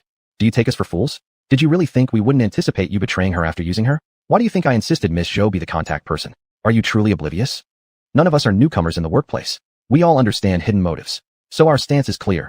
Either you bring back Miss Zhou, or the cooperation is off. After speaking, Meng Wei walked out with his team, leaving Guan Yunshui standing alone in the conference room, stunned. He didn't even realize how he managed to return to his company. Back in his office, he sat motionless in his chair, completely at a loss. Just then, Guan Dingwa pushed the door open and walked in. Seeing his son dazed, he frowned in displeasure. What are you doing? As a manager, spacing out during work hours. Guan Yunshui looked up at Guan Dinghua. Dad, Siemens has canceled the cooperation. Guan Dinghua was shocked. He stormed forward, grabbed Guan Yunshui's arm, and shouted, What? Canceled cooperation? Why? We've already signed the contract. Why would they cancel now? Guan Yunshui said helplessly. They said, they won't cooperate unless Zhou Qiqin handles the communication. Otherwise, it's over. Guan Dinghua froze. Even he hadn't anticipated such an outcome. How could a mere intern possess such influence? Enough for Siemens to insist on her specifically, rather than recognizing the company itself. Guan Dinghua racked his brain for a long time, but could not think of any good solution. In the end, he snapped in frustration. Well then, why aren't you out there finding her immediately? No matter what method you use, just bring that intern back right away. Offer her a high salary, a high position. On top of that, give her a bonus of 100,000 yuan and promise her year-end dividends. In short, give her every benefit you possibly can. Siemens is our most important client. We absolutely cannot lose them. Do you hear me? We cannot lose this client. Guan Dinghua was so frantic he was practically hopping on both feet. For a company like Shifei Industry, Siemens Electronics was their golden goose. Losing such a client would cause their business to shrink rapidly. Therefore, no matter the cost, they had to retain Siemens as their client. At the same time, both Guan Dinghua and Guan Yunshui deeply regretted their actions. If they had known it would come to this, they never would have treated Zhou Qiqin the way they did. Now look, they had shot themselves in the foot, outsmarted themselves only to fall into ruin. Guan Yunshui hastily grabbed his phone and dialed Zhou Qiqin's number. But a few seconds later, an incredulous expression spread across his face. The number doesn't exist. Guan Dinghua froze. What? Doesn't exist? Did you dial the wrong number? Guan Yunshui tried again. But once more, the number was invalid. The father and son were now utterly panicked. If they couldn't get in touch with her, what on earth were they going to do? Find her. No matter the cost, find her for me. Once you locate her, I'll apologize personally. Even if I have to kneel, I don't care. Above all else, we must keep this client. Guan Dinghua shouted, slamming his hand on the table.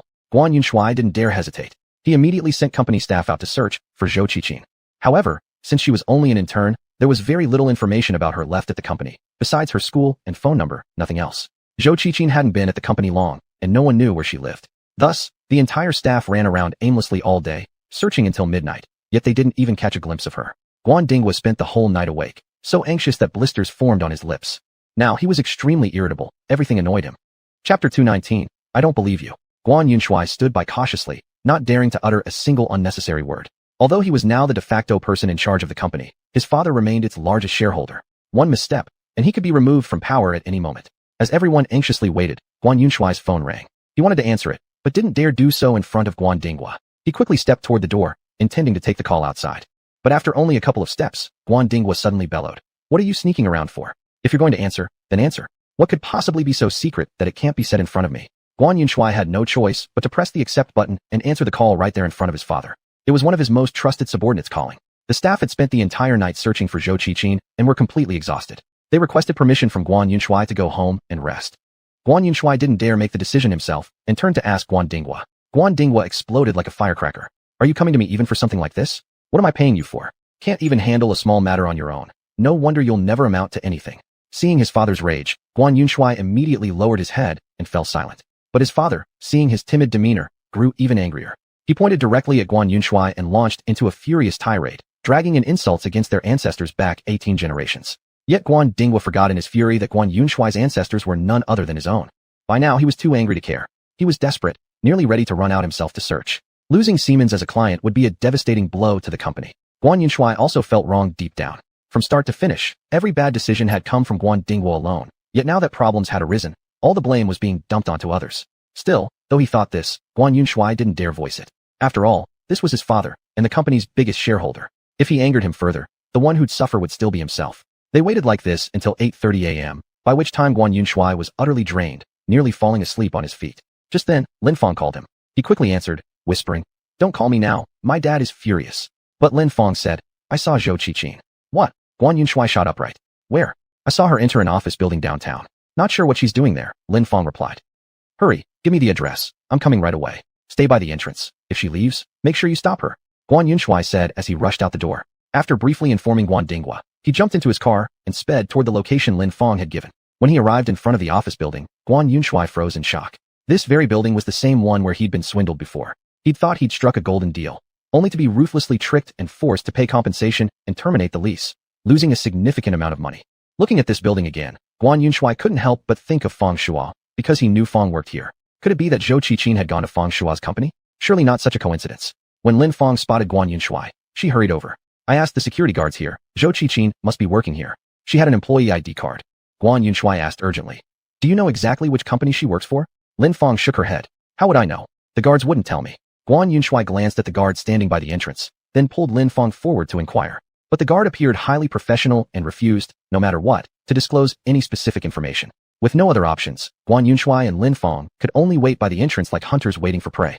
But heaven rewards the persistent. Just before the end of the workday, they finally spotted Zhou Qiqin walking out with the other office workers. And walking beside her was none other than Fong Shuo. Seeing her, Guan Yunshui instantly got out of his car and, together with Lin Fong, blocked her path. When Zhou Qiqin saw Guan Yunshui, she froze in surprise, then instinctively moved behind Fong Shuo. Fong Shuo looked calmly at Guan Yunshui and Lin Fong. What are you doing here? Guan Yunshui snapped arrogantly. None of your business. Stay out of this. Fong Shuo shrugged. Who says it's none of my business? Zhou Qiqin is an employee at my company now. So tell me, does that make it my business or not? Guan Yunshui paused, turning to look at Zhou Qiqin. Xiao Zhou, is what he said true? Zhou Qiqin nodded firmly. Yes, that's right. I'm now an official employee of Zhongding Development Company, Ltd. Zhongding. Lin Fong looked shocked. Did you start your own company? Fong Shuo nodded. That's right. Lin Fong felt a bitter tangle of emotions inside. She had always thought Fong Shuo was lazy and unmotivated, someone with no future, which was exactly why she had chosen to divorce him. Yet now, unexpectedly, he actually owned a company and had become a boss. If she had known this would happen, she would never have divorced him. Seeing Zhou Qiqin hiding behind Fong Shuo, Lin Fong even felt a twinge of jealousy. Who would have thought this guy had such good luck with women? Besides Long Wanqing, there was now another beautiful girl by his side. This girl wasn't just good-looking. Her appearance and figure were on par with her own. What made it worse was that she was so young, seemingly still a student, probably not even graduated from university yet. Guan Yunshui stared intensely at Fong Shuo. You, when exactly did you poach her to your company? Did you do it on purpose? Fong Shuo smiled faintly. Mr. Guan, what you're saying sounds rather ridiculous. She was fired by your Shifei Industries. When I hired her, she had absolutely nothing to do with your company. How can you say I poached her? That makes no sense. Guan Yunshui wanted to argue, but realized this wasn't the time. Forcing himself to stay calm, he said, Fong Shuo, please let Xiao Zhou come back with me. My company needs her desperately, extremely badly. Then, turning to Zhou Qiqin, he added, Xiao Zhou, if you'll just come back with me, I'll give you the best treatment possible. The position of marketing department manager is yours. Plus, I'll pay you 20,000 yuan per month. You were instrumental in securing this order, and the company will reward you with a bonus of 100,000 yuan. On top of that, you'll get year-end dividends. This could be your chance to rise to the top overnight. Indeed, the terms Guan Yunshui offered were highly tempting. Had this been just a few days earlier, Zhou Qiqin might have wavered. But she had already been hurt once. She wouldn't make the same mistake again. She gave a self-mocking smile. Director Guan, I beg you, just leave me alone. I'm just a poor student from a humble family. Why must you keep toying with me over and over? I was used by you once before, and I still remember clearly how heartless you were. Only one day has passed, and suddenly your attitude has flipped completely. I'm sorry, I don't believe you anymore. Chapter 220, Reaping What One Sows. Guan Yunshui wanted to say something else, but Fong Shuo interrupted him. Enough. Don't waste your breath anymore. Miss Zhou's intention is already clear. She won't return to Shifei Industry. You'd better go back and think hard about how to win back Siemens Electronics instead of standing here pointlessly. Honestly, I find your behavior despicable. You treat others like tools, pull them out when you need them, throw them away when they're useless. Do you really think everyone's a fool? Nobody would want to stay in a company that breaks its promises like yours. After speaking, Fong Shuo turned and began walking away with Zhou Qiqin. Lin Fong quickly stepped forward, blocking Fong Shuo's path. Fong Shuo, must you be so heartless? Do you understand how important Siemens Electronics is to Shifei Industry? Do you know Miss Zhou's significance to the company? I believe you know at least part of it, yet you're deliberately preventing Miss Zhou from returning. Shouldn't one have a broader mind? There's no need to push someone into a corner. Fong Shuo glanced coldly at Lin Fong and said calmly, Am I heartless? Ask yourself honestly, do you truly think I'm an unfeeling person? This matter isn't within my control. It entirely depends on Miss Zhou's own wishes. If she doesn't want to return, it won't help even if you kneel down and beg her. As for me, I'm merely helping her out when she's in difficulty. Fong Shuo turned his head toward Zhou Qiqin. Qiqin, tell them once again, do you wish to return to work at Shifei Industry? Zhou Qiqin shook her head firmly. I don't. Manager Guan, Fongjia, please stop. My decision is final and won't change. Guan Yunshui and Lin Fong both realized further words were pointless. Helplessly, they watched as Fong Shuo and Zhou Qiqin got into the car and slowly disappeared from sight.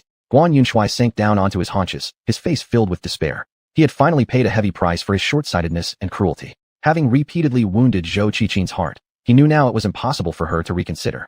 They were likely going to lose the Siemens Electronics client for good, plunging Shifei Industry into another major crisis. Earlier, compensation claims from clients had nearly driven the company to collapse. Fortunately, Long Wanqing's investment had pulled them through. Now, not long after, the company faced losing a crucial client once again. Losing Siemens Electronics would drastically reduce Shifei Industries' profits, forcing the company to downsize and lay off a large number of employees just to survive. However, Shifei Industries' fate was no longer Fong Shuo's concern. He had already done everything he could for Lin Fong and Guan Yunshui. Previously, for Lin Fong's sake alone, he had saved Shifei Industry once. But this time, he had neither the obligation nor any reason to help them again. Their downfall resulted entirely from their own ruthless actions. It was nobody else's fault. He drove Zhou Qiqin home. Just as he was preparing to leave, he noticed Luo Qiong already waiting at her doorstep. Upon seeing Zhou Qiqin, Luo Qiong slowly approached, saying coldly, "I've been waiting for you a long time. I have something to say." Zhou Qiqin frowned. "What do you want to say? We've already broken up. Why are you still coming after me?" Luo Qiong sneered. "You don't need to frantically explain yourself in front of your new lover. I know we're over, and I don't want to get back together. I, Luo Qiong, have pride. I'd never go back to something I've left behind." Hearing this, Zhou Qiqin's brows tightened in anger. "What nonsense are you talking about? Who's my new lover? Explain yourself clearly." Luo Qiong glanced at Fang Shuo. "No need to hide it. He's even driving you home. Doesn't that speak for itself? How could I have failed to see before that you're such a fickle woman?" As Luo Qiong grew increasingly insulting, Zhou Qiqin tried to argue back, but Fang Shuo held her back. Then he turned to Luo Qiong and asked, "Did you come here just to say these things?" Luo Qiong snorted coldly. "Of course not. I have a few words for Qiqin. I'd appreciate it if irrelevant people would step aside." Zhou Qiqin's expression darkened. What could possibly require privacy? Fang Dage isn't an outsider. Say whatever you want right here. I, Zhou Qiqin, have nothing to hide. A flash of venom passed through Luo Qiong's eyes.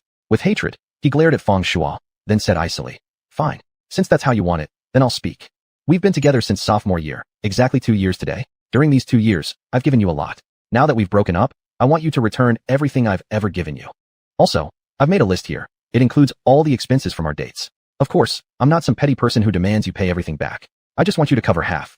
That way, we'll be even. From now on, you go your way and I'll go mine. We'll never cross paths again."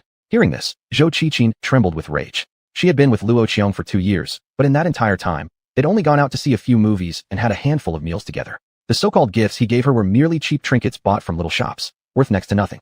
She never expected him to be so shameless. After their breakup, he actually came chasing after her to settle accounts, demanding she split the dating costs. Truly, it shattered her sense of morality. Zhou Qiqin wanted to tear into Luo Qiong with a furious scolding, because she'd never met such a narrow-minded man. And truthfully, the breakup was entirely his fault. If he hadn't stolen her piano, she would never have found the resolve to end things. But before she could speak, Fang Shuo calmly said, "Where's your bill? Hand it over." "Let me see." Luo Qiong pulled out a sheet of paper densely covered with writing. He handed it to Fang Shuo and said, "Here, all the details are right there."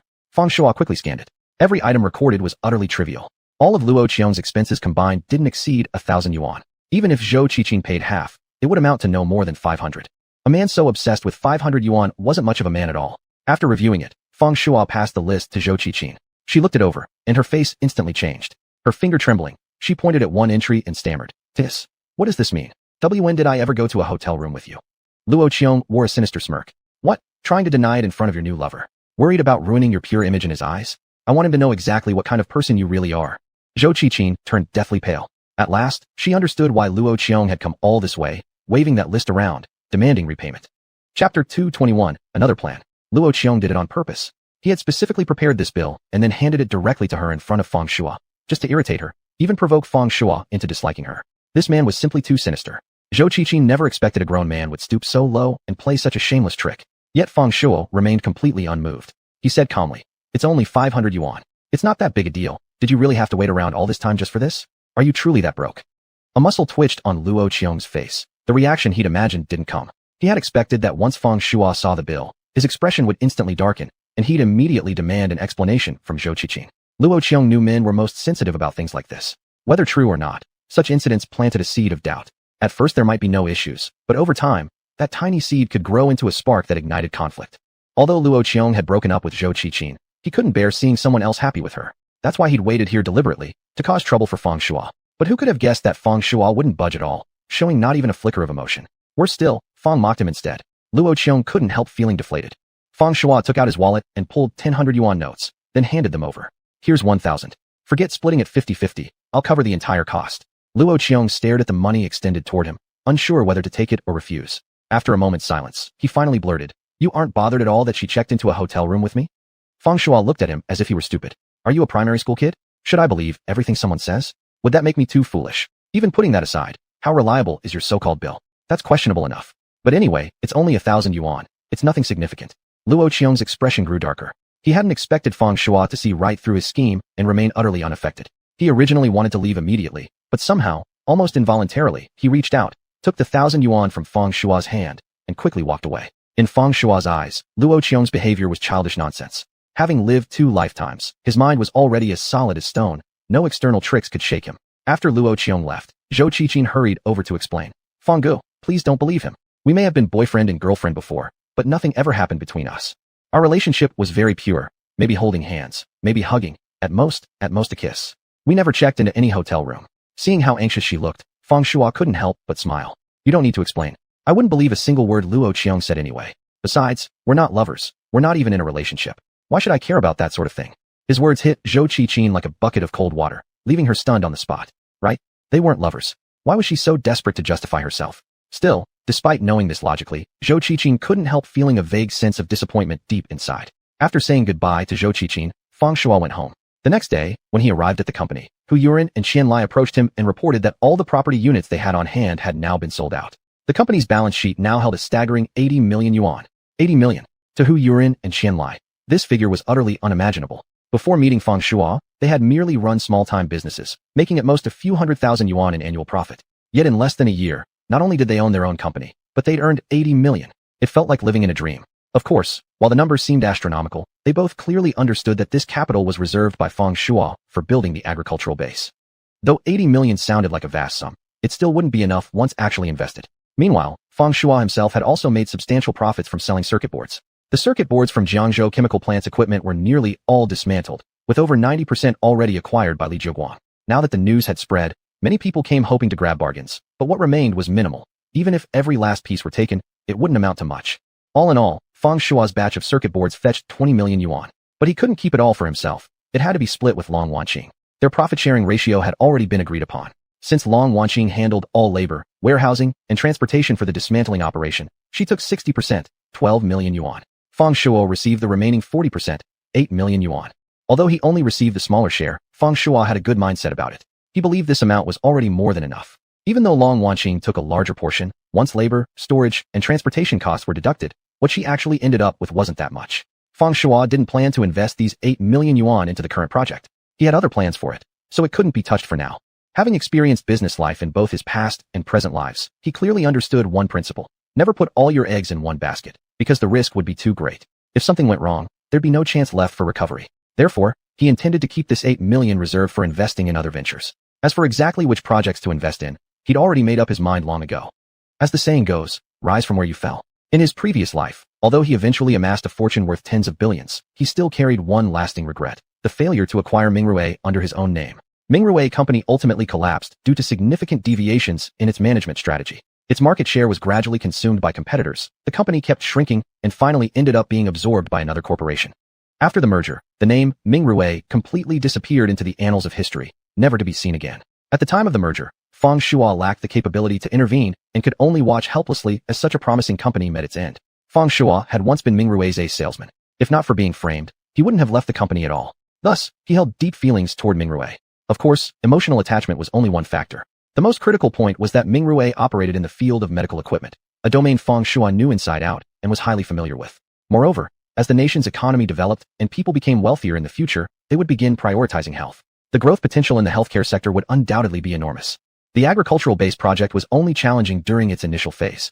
Once established, Fang Shua could fully delegate its operations to trustworthy people. At that point, he would have ample time and energy to dive into the medical equipment industry. In his last life, his turning point came at Mingrui. In this life, he was determined to make Mingrui the new starting point of his journey. Chapter 222, Taking Care of the Child. However, the investment in Mingrui was still just an idea for now. There was no rush to move forward. The most pressing matter at the moment remained the agricultural-based project. With funding secured and all other procedures complete, Fang Shua decided to call a board meeting to officially announce the project's launch. Currently, there were only 4 company directors, but Fang Shua specially invited Xiao Xuejin to attend the meeting as well. As a partner, he had the right to know about the project's progress. Moreover, Xiao Xuejin would be the first one who needed to take action once the agricultural-based project kicked off. At the meeting, Fang Shua announced the official start of the project. Building an agricultural base wouldn't be completed in just a day or two. It began with relocating all current residents from the area. While this sounded simple enough, in practice it proved somewhat difficult. Based on their recent investigations and preliminary mobilization efforts, villagers showed little enthusiasm for relocation. Ultimately, the reason lay in their ancestral teachings. They had held on to these traditions for over 1,000 years, and such deep-rooted customs couldn't be overturned overnight. So Fang Shua believed that if they wanted to persuade the villagers to agree to move, They'd have to approach the issue through the lens of those ancestral principles.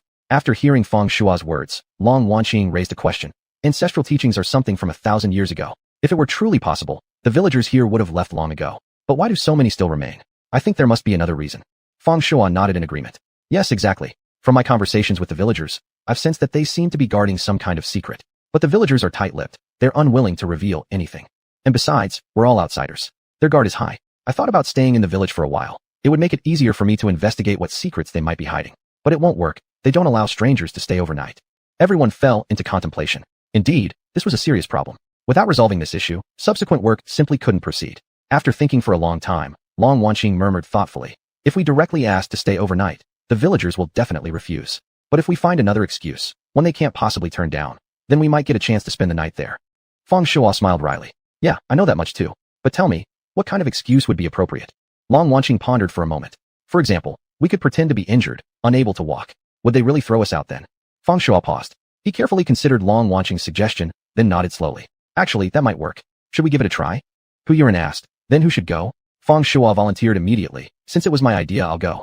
Long Wanqing added. I'll go with you. A man acting alone might overlook things. As a woman, I'll notice more details. Feng Shua shook his head. No, that won't work. If both of us leave, what about Guogua? We can't just leave her home alone. Long Wanqing shrugged. What about your little psychic? She should be able to manage for a few days. And if that's not enough, there's your old flame. Let them both take care of Guogua. I don't see any problem. Oh right. And there's also that new hire of yours, the Music Academy standout. She seems quite clever and probably good with people too. With 3 people looking after Guogua, you should feel reassured, right? Hearing this, Feng Shua rolled his eyes. What nonsense are you spouting? Old flame. Little psychic, don't they have names? Long Wanqing just smiled, saying nothing. Still, her suggestion intrigued Feng Shua. Having Yanqi and Xiao Mei take care of Guogua made him feel more at ease. If necessary, adding Zhou Qiqin into the mix would make it absolutely foolproof. Fortunately, Guogua was sensible and well-behaved. All they needed to do was accompany her to and from school each day and prepare one evening meal. It wouldn't last long anyway. Feng Shua planned to stay in the mountain village for 2 or 3 days before returning. After the meeting ended, Feng Shua went straight to Yanqi and explained the plan decided upon during the meeting, asking her to look after Guogua for him. This wasn't the first time Yanqi had helped with such matters, so she readily agreed. Zhou Qiqin, who was currently studying under Yanqi, also overheard their conversation. She stepped forward voluntarily, offering to help care for Feng Shua's daughter as well. At first, Feng Shua felt a bit hesitant. It wasn't easy for Zhou Qiqin either, juggling work, studies, and family responsibilities. But since she offered herself, he didn't feel right refusing and accepted her help to co-care for Guogua. Back in his office, Feng Shua called Xiao Mei and asked her to coordinate with Yanqi in shifts. After all, relying solely on Yanqi would be too taxing for her. Feng Shua wasn't the type of boss who exploited his employees. He cared about his subordinates and wouldn't let them work themselves to exhaustion. So he needed someone to share the responsibility with Yanqi, alternating days so neither would be overburdened. Xiao Mei had been looking for opportunities to get closer to Feng Shua, and this was the perfect chance. She well understood how much Feng Shua cherished his daughter. Building a good relationship with Guogua would undoubtedly be beneficial. Without hesitation, she agreed. Once all preparations were in place, Feng Shua went to pick Guogua up from school. On their way home, he said to her, Dad has to go on a business trip for a few days soon, but I've already arranged for someone to take care of you. Don't worry. When Guogua heard that her father was leaving, her expression immediately turned anxious. Dad, does that mean you don't want Guogua anymore? Surprised, Feng Shua asked, why would you say that? Last time Mom said she was going on a business trip, and then she never came back. Dad, after your trip, will you not come back either? Guogua's mood sank. Feng Shua felt a deep pang in his heart. When couples divorced, the one who suffered most was often the child. Though Guogua never voiced it, she truly missed Lin Feng. After all, she was her real mother. Feng Shua quickly reassured her. Guogua, don't worry.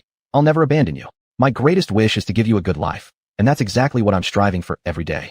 This trip isn't far. I won't even leave Jiangzhou. I'm just visiting a small mountain village for a 2-day inspection. At most, 3 days, and I'll be back. There's nothing to worry about. And think about it. If I really didn't want you anymore, would I have arranged for someone to take care of you? Stop overthinking.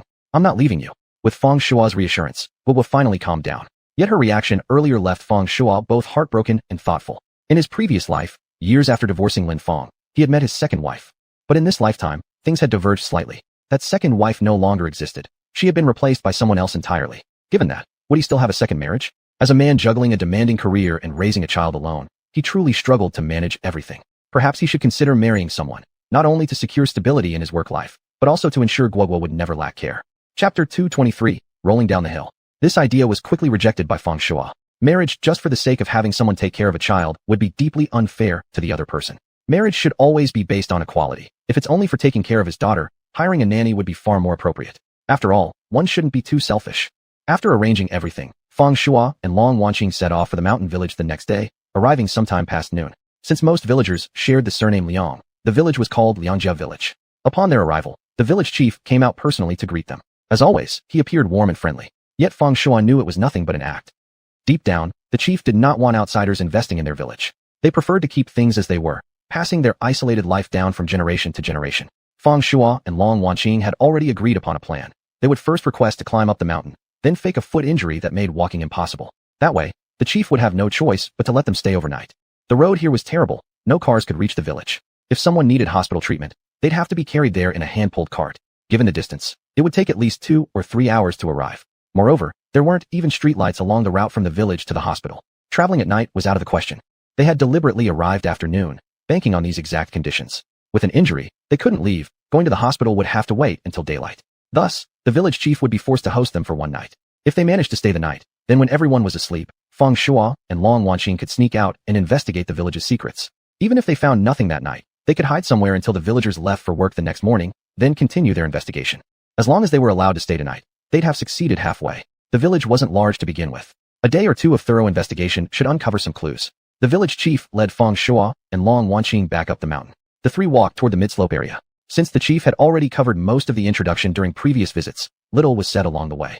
Walking ahead, the chief remarked, "To be honest, we're just a poor mountain village with nothing much to offer, nothing worth investing in. Several groups have come before, but all ended up leaving disappointed. This village has existed for over 1,000 years. If it were profitable, we'd have prospered long ago. Why wait till now? Most young people can't stand it anymore, so they've all gone off to work elsewhere." Feng Shuo and Long Wanqing simply smiled and nodded without responding. By the time they reached the mountainside's midpoint, evening had arrived.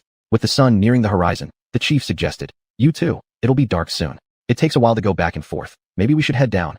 Feng Shuo smiled. "Chief, we'd like to look around a bit more. No rush. We'll find our way back. We can even walk in the dark if needed." Long Wanqing pointed to the steep slope above. "Chief, we'd like to climb up and take a look." The chief shook his head. No, the slope is too steep. It's dangerous. I really suggest you go down now. If you don't leave soon, you won't even see the path." He seemed increasingly anxious, urging them repeatedly to descend. But Long Wanqing wasn't about to listen. Her entire purpose here was to create an excuse to fake an injury. She replied, "It's fine. I'll just take a quick look," and began climbing up the slope.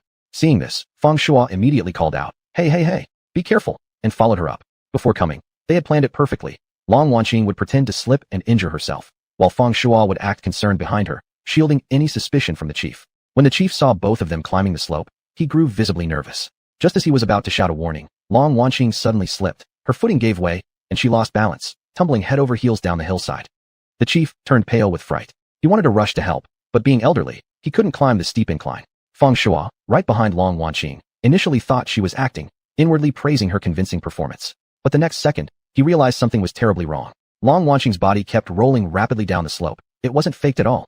She was actually falling. Feng Shuo's face went white with shock. He instantly crouched low, lowering his center of gravity, and slid down the slope like on a slide, chasing after Long Wanqing. Fortunately, although Long Wanqing was rolling, the dense shrubs across the slope slowed her descent significantly. Yet the small bushes couldn't fully support her weight. Though her speed was reduced, they failed to stop her relentless downward roll.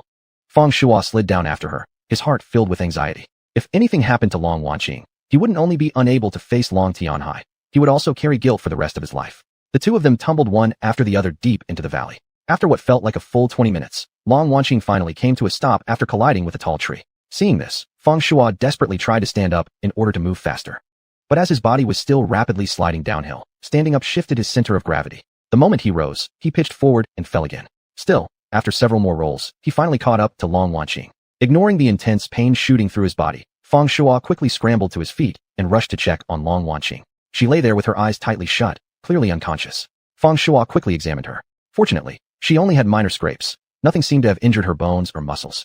That, at least, was some small mercy. Before Feng Shuo could even begin to breathe easier, a new dilemma presented itself. They were now trapped deep within the valley, surrounded on all sides by smooth, steep slopes. Without professional climbing gear, there was no way they could make it back up. Even if they exerted every ounce of strength, they'd likely just slip back down halfway through. Darkness was fast approaching. Feng Shuo looked around desperately. Everywhere was sand, stones, and shrubs. Occasionally, a tall tree appeared, but they were too far apart to offer any real support. He now faced two choices: continue downward, all the way to the bottom of the valley, and see if there was any possible exit from there, or stay put and wait for rescue. Yet given their current situation, waiting for rescue was highly unlikely. Even decades in the future, when technology and equipment had advanced greatly, Mounting a rescue under such conditions would still be extremely difficult. In their present time, with far less developed tools and experience, relying on rescue would be no different than waiting to die. So Feng Shuo made a bold decision to keep moving downward, reach the base of the valley, and then search along the mountain's foot for an escape route. With the last remaining sunlight still clinging to the sky, he strained his eyes and peered down below. Chapter 224, The Bottom of the Valley. Faintly, he could see the green grass below. It seemed the bottom of the valley wasn't far from here. So he simply picked up the unconscious Long Wanqing and carefully continued his descent down the mountain. Perhaps because they were nearing the bottom, the sliding speed was no longer fast. Feng Shuo held Long Wanqing tightly, crouched low, and slowly made his way down the slope. About 5 minutes later, he finally reached the bottom of the valley. Before him stretched a vast expanse of lush meadow, surrounded by tall trees. He didn't yet know whether venomous snakes or wild beasts lurked here, so Feng Shuo moved forward cautiously, constantly scanning his surroundings. Fortunately, although this place was remote, it was still within Jiangzhou City. While there were plenty of insects and birds, large predators like wolves, leopards, or tigers didn't seem to be around. Feng Shuo had also carefully examined the ground. There were no signs of animal activity, no footprints or droppings anywhere along the path he'd taken. He concluded there were no animals nearby. Relieved, Feng Shuo let out a breath. At least they wouldn't have to worry about being attacked by wild beasts. For now, they were safe. After carrying Long Wanqing for a while, she finally stirred and woke up. When she opened her eyes and realized she was being carried by Feng Shuo, she instinctively struggled. Her movements startled him, and he lost his grip. She tumbled to the ground. Ouch! Long Wanqing cried out in pain as she landed. Feng Shuo quickly rushed over and helped her up. Are you okay? Leaning against Feng Shuo, Long Wanqing winced, rubbing her head. She looked at him with a dazed expression. Who are you? Where's this? Hearing that, Feng Shuo broke into a cold sweat. Had Long Wanqing lost her memory? No way. Though he'd seen such scenes in TV dramas before, he always thought they were just dramatic exaggerations. How could something like this happen in real life? But now, Long Wanqing actually seemed to have amnesia, and that made him anxious. Could such a cliched plot really be happening to him? Seeing the panicked look on Feng Shuo's face, Long Wanqing couldn't help but burst into laughter. You actually fell for it. I never thought I'd see you look so flustered, she teased. Feng Shuo felt annoyed. We're in a serious situation, and you're still joking around? Do you have any idea how scared I was just now? Seeing he was truly upset, Long Wanqing didn't get angry. Instead, she felt a quiet joy inside. He was worried about me. She apologized with a smile. I'm sorry. I just wanted to lighten the mood a bit. Feng Shuo huffed. Don't ever pull a stunt like that again. It's not funny at all. Long Wanqing glanced around. So we're at the bottom of the valley? Feng Shuo nodded. You rolled down from above, but luckily got caught by a tree. I figured climbing back up would be impossible, so I decided to come down here instead and look for a way out. Long Wanqing frowned. It'll be dark soon. Moving at night would be dangerous. Maybe we should stay here for tonight and find our way out when it's light tomorrow. Feng Shuo nodded. Exactly what I was thinking. He helped Long Wanqing walk and found a shaded spot nearby, just in case it rained during the night. Then he gathered some dry branches from the area and piled them together. Finally, he picked up 2 rocks from the ground and began striking them, trying to create sparks to ignite the kindling.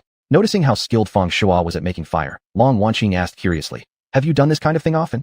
Feng Shuo smiled but didn't answer. In his previous life, after achieving fame and fortune, he often went on outdoor adventures with friends. Once you had money, health became a priority, so he frequently engaged in physical activities. Outdoor survival involved many skills. He'd started as a complete novice and gradually learned how to survive in the wild. Knowing how to start a fire without modern tools was one of the most basic wilderness survival techniques. That said, even experienced hands found it difficult to make fire with just rocks and sticks. Otherwise, why would humanity have invented lighters? After repeated attempts, 10 minutes later, Feng Shuo finally succeeded in lighting the fire. Quickly, he arranged stones in a circle around the flames, enclosing the fire in the center. This prevented the fire from spreading and potentially causing a forest fire. With fire came light. Even after sunset, they wouldn't have to worry about being left in darkness.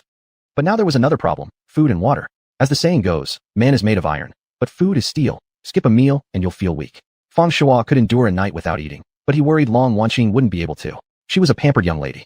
Asking her to spend one night in the wild was already pushing it. Making her go hungry on top of that might break her completely. Yet in this remote wilderness, there was nowhere to find anything to eat. After thinking for a moment, Feng Shuo said, stay here and wait for me. I'll go look for something to eat. There are plenty of dry branches here, so keep adding them to the fire now and then. Remember, don't let the fire die out. Long Wanqing wore a frightened expression. I can actually hold on. Maybe you shouldn't go. Feng Shuo shook his head. I don't know how long it'll take us to find a way out.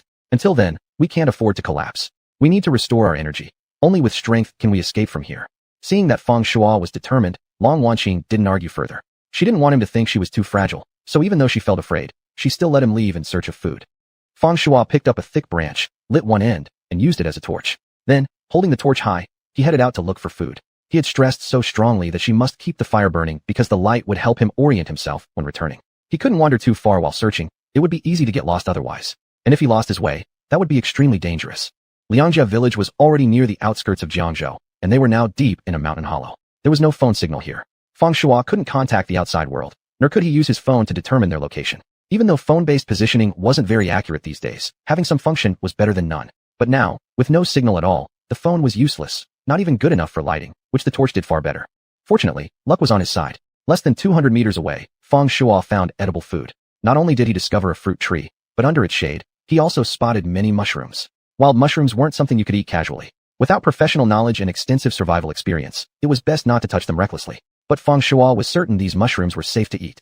Chapter 225, Wilderness Survival. Food could be found, but water was a bit of a problem. It was too dark now. If he wanted to search for a water source, he'd have to wait until tomorrow. So Feng Shuo carried the food he'd gathered and made his way back toward the firelight. At this moment, Long Wanqing was hugging her knees tightly, curled into a ball, looking visibly frightened.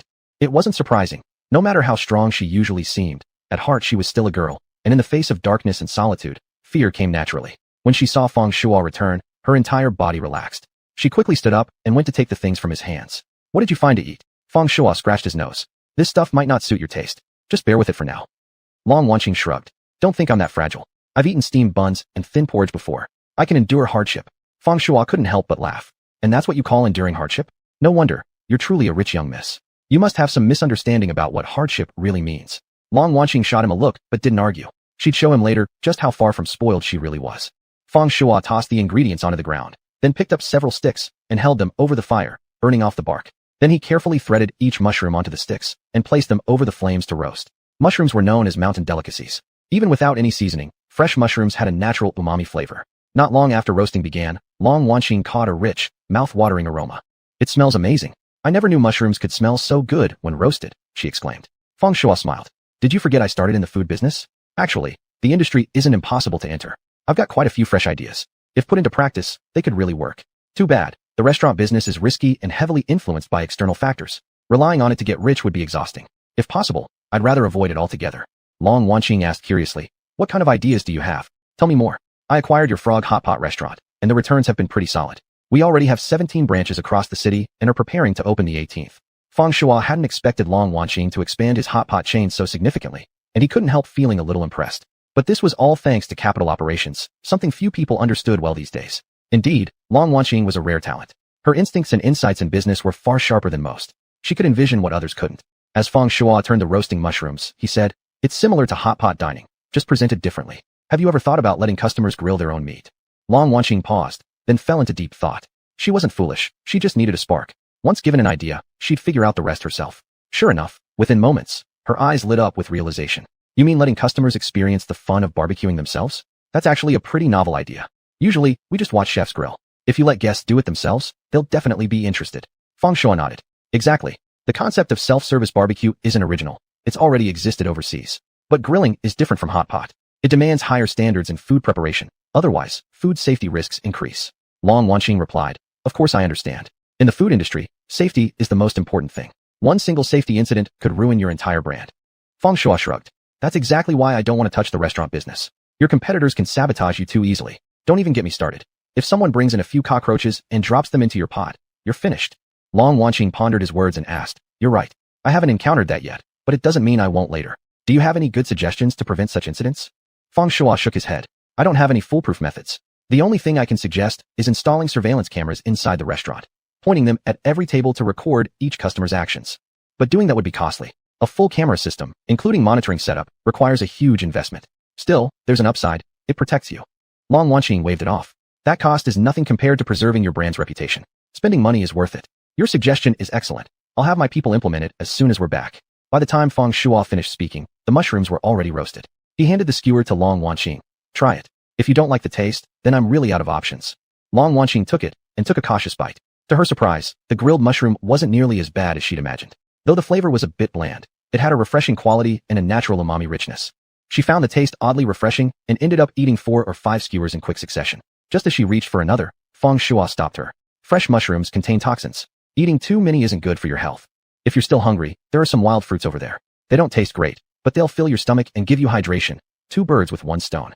Long Wanqing reluctantly went over and picked up the fruit. It looked unappetizing, even dirty, and there was no place here to wash it.